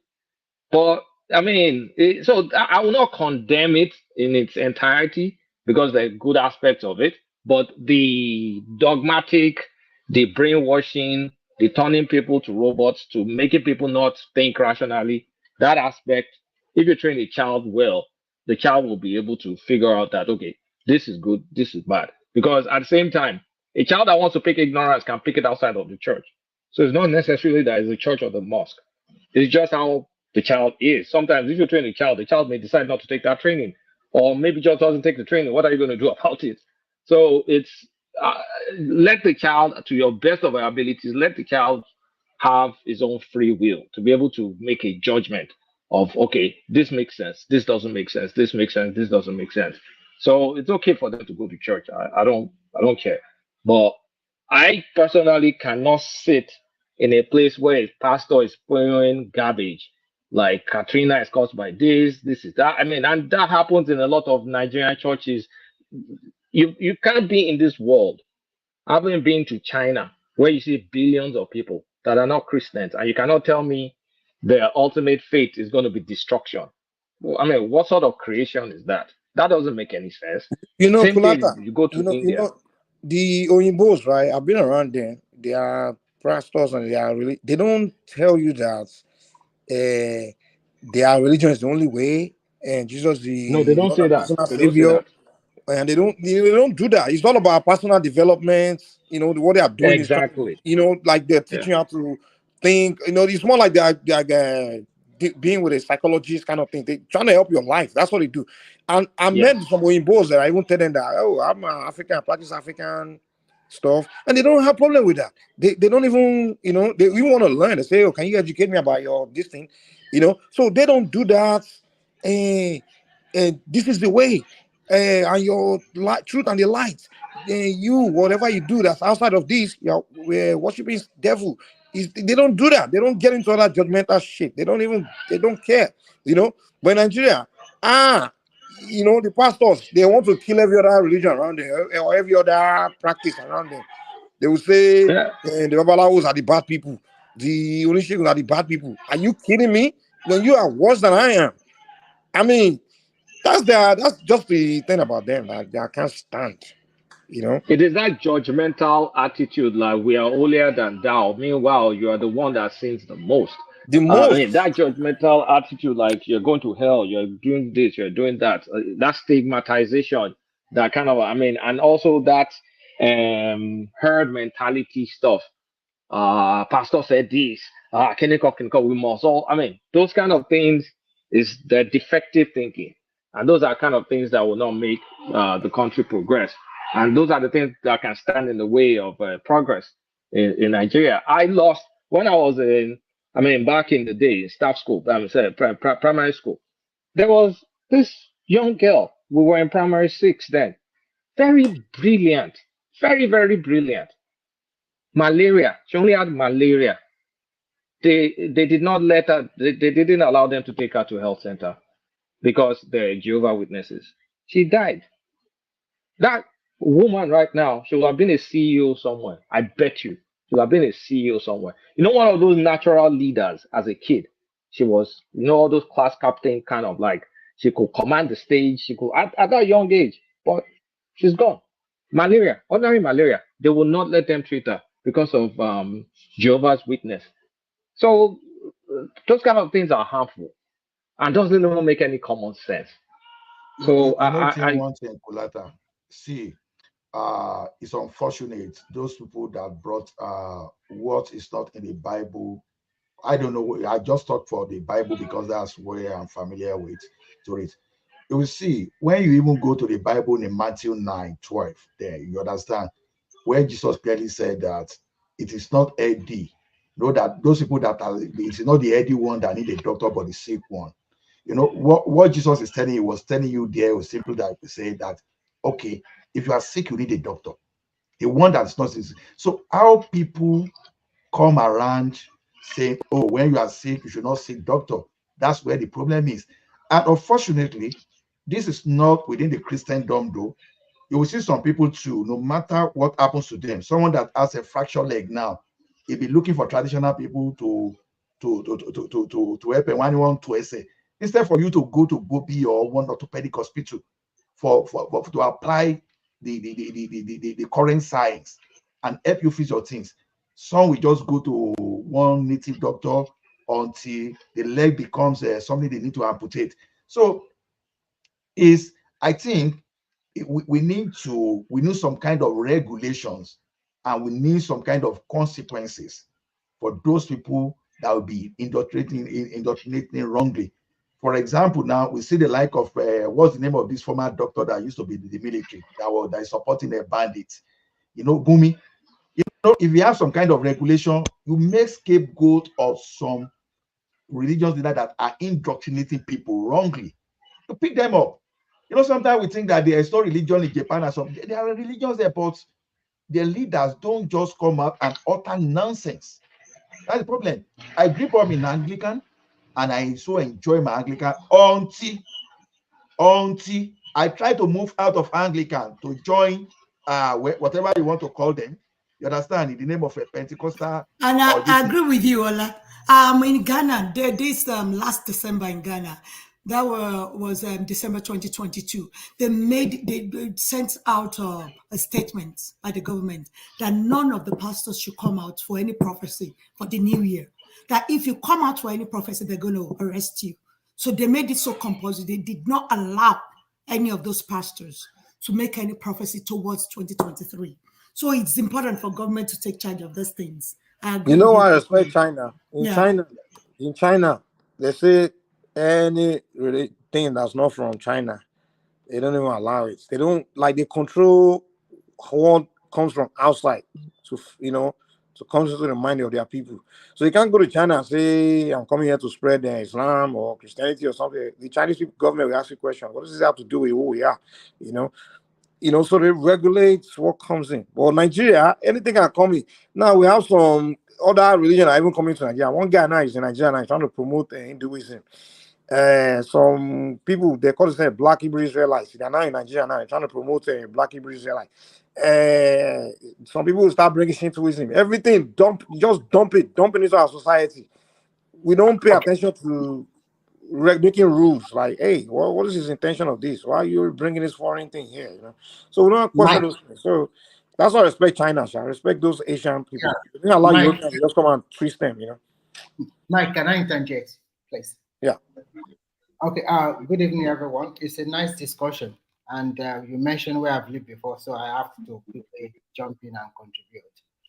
In China, when you have a job, the employer will warn you very seriously. Every employer will warn you. You cannot preach religion here. Even if you are a teacher in the classroom, you cannot talk about religion here.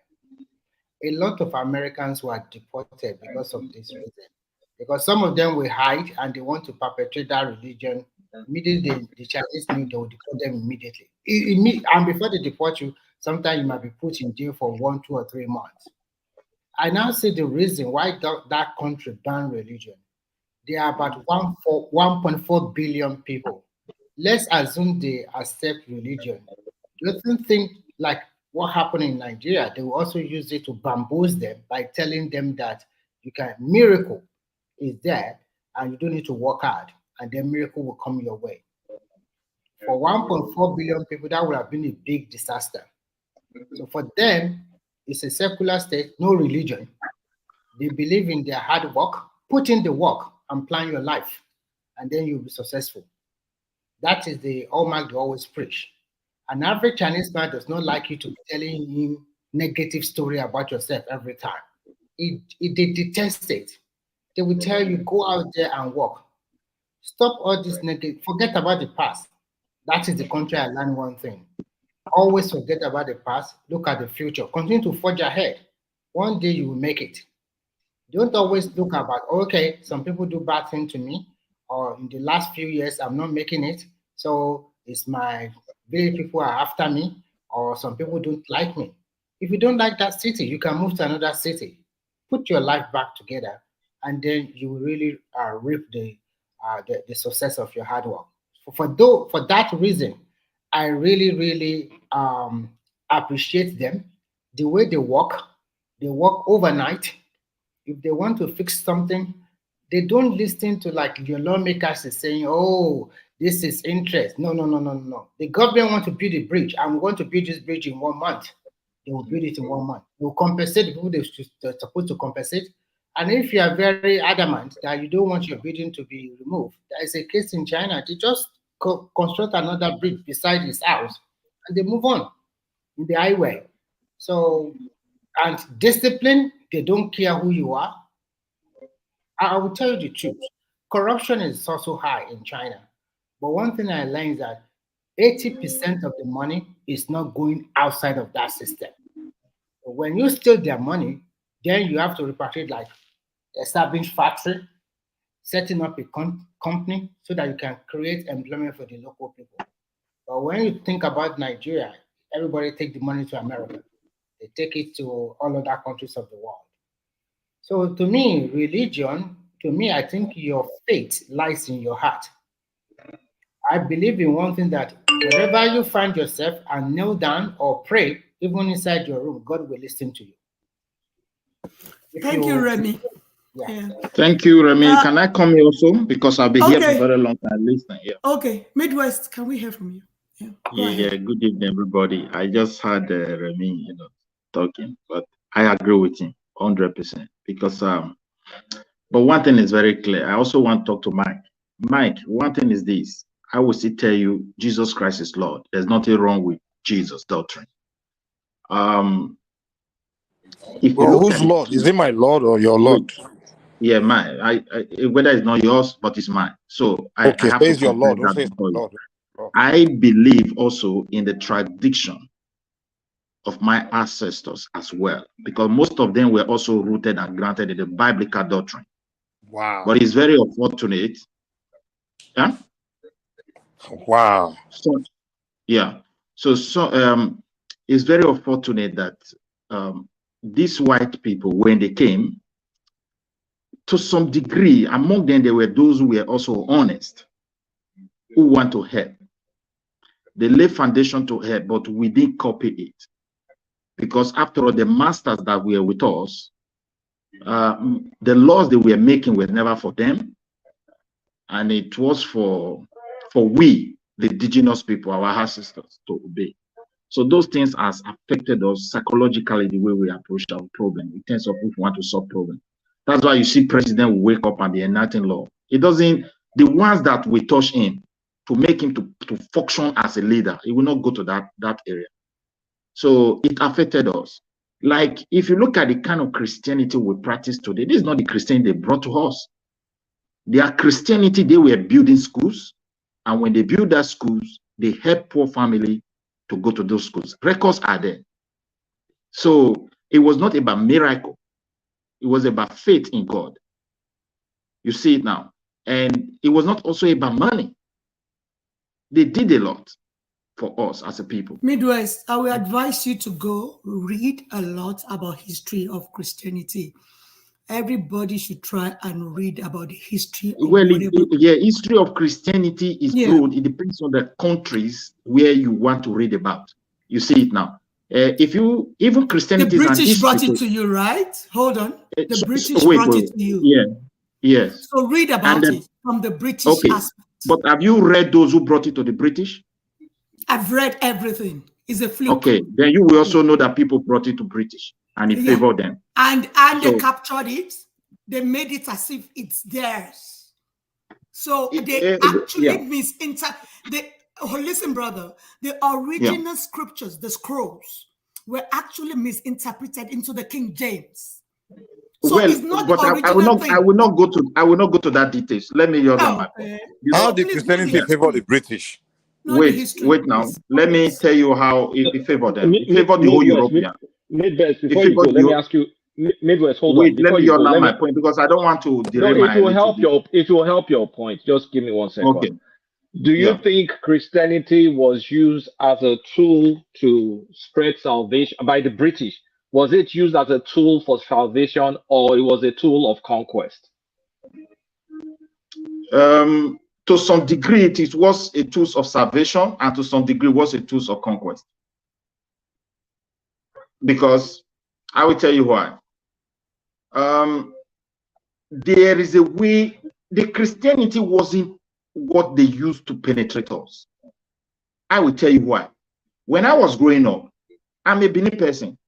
Few people who go to church those days when I was growing were totally rejected. That's to tell you, for the years of colonization, they never actually penetrated us with this religion the way it is today. People still hold our tradition firm because it defined whom they are. It defined the way they relate with one another in terms of marriage, in terms of society upbringing. When I was growing up, my father would tell me, don't do. If my father is not there, I want to do.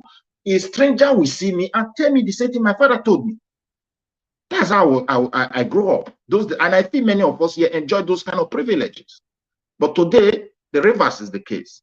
Because the society were well organized in terms of traditional, like the Yorubas, the Beninese, and other Asian civilized people within that country, and Africa as well.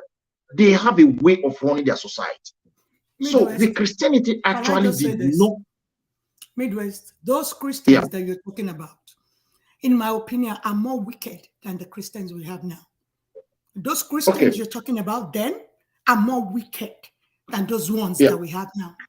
This Baba Debo is, and they are just too nice. Those ones that brought it to you are far way more wicked. Yeah, the one thing about Christianity is this. It's a matter of individual. There are some element or group of people who do things differently. No matter how you describe the religion, be it Islam, be it Christianity, be it Judaism, sometimes they are self-control them. It's always like that. But among them, because of those bad people, we cannot say there are no good ones among them. The good ones tried for us. They gave us free education with the name of the churches. With the church fund, they supported so many people. They supported communities. They did as well. They also commit what was not good. But when this Pentecostal African church spring up, because this is not what they brought for us, of this, I'm so special to talk to God, and God can talk to me. I can hear, the rest of you cannot hear. They didn't bring this kind of doctrine to us. It is an African making. And that is what led to this video that you just played. Are you saying it's a different Bible they were using back then? I mean, it's the same thing. It's not different Bible. It depends on the way. It depends on the interpretation. Midwest, let me help people like this video. Let me say this to you, please. Midwest, let me say this to you. If you are a man and you want to do something, it's important to research about that thing as a man, because you're the head of your house. Do you understand what I mean? So if you're saying some people are deceiving that they are hearing from God, so the people, let me explain it to you. The people that started hearing from God, the original people that started hearing from God, are the priests, the Catholic priests. They will be behind a curtain. That's why I said go research, because you don't know anything about this thing you're practicing. They will be behind a curtain, and hold on, people will come for confession. Do you understand what I mean? So you come to your priest. Priest, I did this yesterday. I slept with my neighbor's wife. I did this. Please help me tell God to forgive me. So the priest will go quiet, talk to God, and tell you God has not forgiven you. Hold on. Then we'll tell you to go and bring 1 shilling so that we'll be able to bribe God to forgive you. Hold on. It's important to always research. Don't just come to the public to come and defend something you don't know anything about. It is dangerous. So the priest will collect, or sometimes the priest might tell a beautiful woman that God requires me to sleep with you first before God can forgive you. Please, nobody should come for me, because if you are coming from me from a place of ignorance, I won't answer you this morning. If you are knowledgeable about what I'm talking about, then come into the studio and challenge me. But if you don't know it, just keep quiet. Madam, wait. You, my brother. What you just said, I've said it before. Even 12 were with Jesus, one sold him. So, in other words, among those multitudes before Christ, there are still people whom their mind were not with Christ. So, some priests were not actually God-fearing priests. Even in the traditional setting, which our ancestors really, they established their own tradition.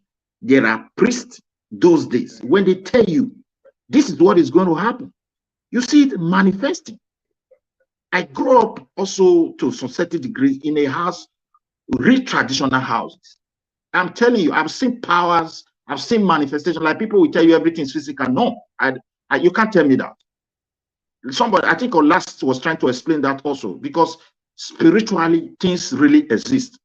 So I don't stand with people who just say, oh, everything is physical, we should just take it as physical. No, there are, when you have been to a certain place, you will see some certain things for yourself. So that is a fact. I knew of people, I have been to a place where somebody does, I went there on my own. and he told me things that happened like 12 years ago. Nobody took me there. He doesn't know me. Okay, Midwest, hope About you my own join life. us next week again. We have to just close the show. It's now Okay. 3 hours, 33 minutes. But I wanted to quickly put something about that women, something you were saying. Oh, please, not before I just say something with my sister, Dupsy. Okay. So my sister, let me quickly put that one before. Midway has spoken enough of what is not our culture or tradition.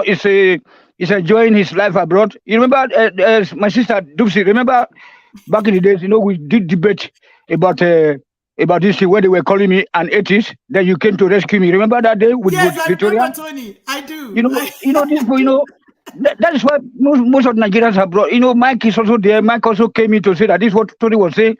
I said that this people that didn't believe in Jesus Christ are the one making Samsung mobile phone for you, laptops, all this one source, everything.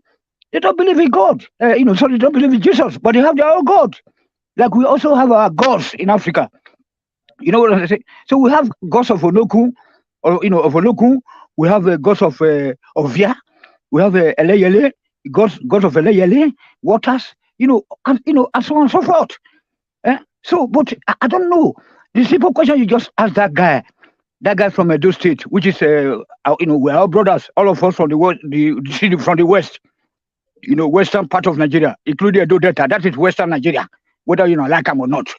So we know that our traditional culture, that the question you just asked this guy, that he was just firmly, is like, if they didn't come, if the British didn't come to Africa, how would you have known about this useless Christianity?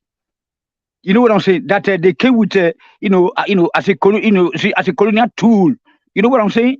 To brainwash and whitewash the black people, so they can go to suck their natural resources later on. Till today, you see what the hell is going on. That particular day, remember, we were talking about this issue. Now, let me ask you a question. So that there was a confusion there, that where they said that our forefathers are now rotting in jail. People that I remember. I remember. Yeah, you remember. And they remember that somebody was saying something about Chinese just now. Is it Remy? Remy, hello. So I told them. It is Remy. I told them that about China, that they practice Buddhism or whatever they like, Shinto. You know what I'm saying? I said that, but the day you carry your Bible and go to the street, let me say you are going to do national service. You know what you call national service? Now be jail. 10 years hard labor. You will be working and building all those houses they are building in China. It's not by contractors. So now prisoners, they grow their rights. That's how you go do. So then I contact and say, who they make your Mitsubishi? So you say they know it's free entire heaven, that you're useless everywhere, not there. So the simple truth is that Christianity is anti-Africa. If you say, they already call me an atheist here. I'm very happy that, look, that I love, Awolowo, now, like my father did, my grandfather, all of them, my mother, my aunties. Because all right, Tony, Dupsy was about to round off. She's just giving you. No, I know, but she allowed me to come in. So yeah, I'm enjoying Tony now. What I'm trying to say is like, hold on. I say, as an Awoist, the younger of this our generation, a die-hard one for that matter. So I'm a man with vision. So this discussion that I had about 1 year ago is what people are now coming to realize. You know what I'm saying? So that's it. Sister Dusi, thank you so much, Tony, for your contribution. I really appreciate you. I appreciate, and I'm happy that you took correction. You see during your first show where you were trying to be saying which I despise so much. So then later I can see that you adjusted, and then subsequent show you are trying to minimize that because, I hate it. The thing they trouble me. Sorry about that, everywhere. I didn't realize that. No. They attack many people like that too. So I really thank you that you adjusted, and you are a true African woman. Thank you for correcting me, Tony. Yes, you so much for correcting me. Now really correct our sister. You be okay. Not be this one. They don't go to America. They don't begin to say what is unique about us is the way we speak. Yes, many Lebanese in Germany, they want to speak like us. They want to eat okra. They want to eat fufu. but we would try to copy Igbo. Okay, make I see sure you you guys. come earlier next week so that we can have a Yes, robust conversation. yes. You know, I thought that so I thought that it was a political issue, but when I just came, I said, okay, let me just come because you know, political on itself. We are not agreeing that we should all go back home to take over our respective local government and pursue all these people they call themselves, all those ants where they call themselves politicals, those idiot legislators, president, whatever you call all of them. Let them play. We have to go back home and occupy our very own local government and pursue them out, you know, smoke them out like you smoke rabbit out of hose. Yeah, thank you very so much, Tony. Thank you so much. I appreciate your contribution.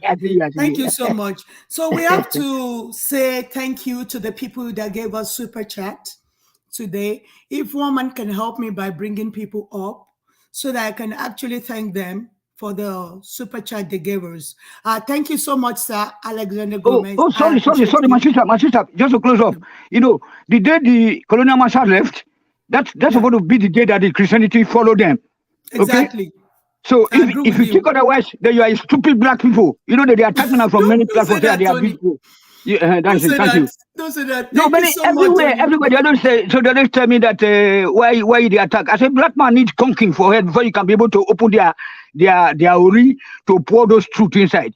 Okay. You know, the day when you say you fight for independence, say British go, Germans go, this go, Saudi Arabia go from the north. You carry their religion, follow them. You know, for their front before they will even move. So they come earlier next week so that we can have a robust conversation. Thank you so much, brother, for coming. I appreciate your contribution this morning. Thank you so much, Mr. Alexander Gomez, the chairman of the One Man Platform. Thank you so much, sir, for always supporting. Thank you, Ola. Thank you so much for your support. Thank you, Ola, again. Thank you so much. Thank you, Mr. Alexander, again. Thank you so much for supporting us all the time. Howdy. Thank you, my brother. Thanks so much for supporting. And fourth, thank you. God bless you, brother. Thank you so much. Doopsie baby. I'm thanking myself. Okay, good. Oh, mind the next person.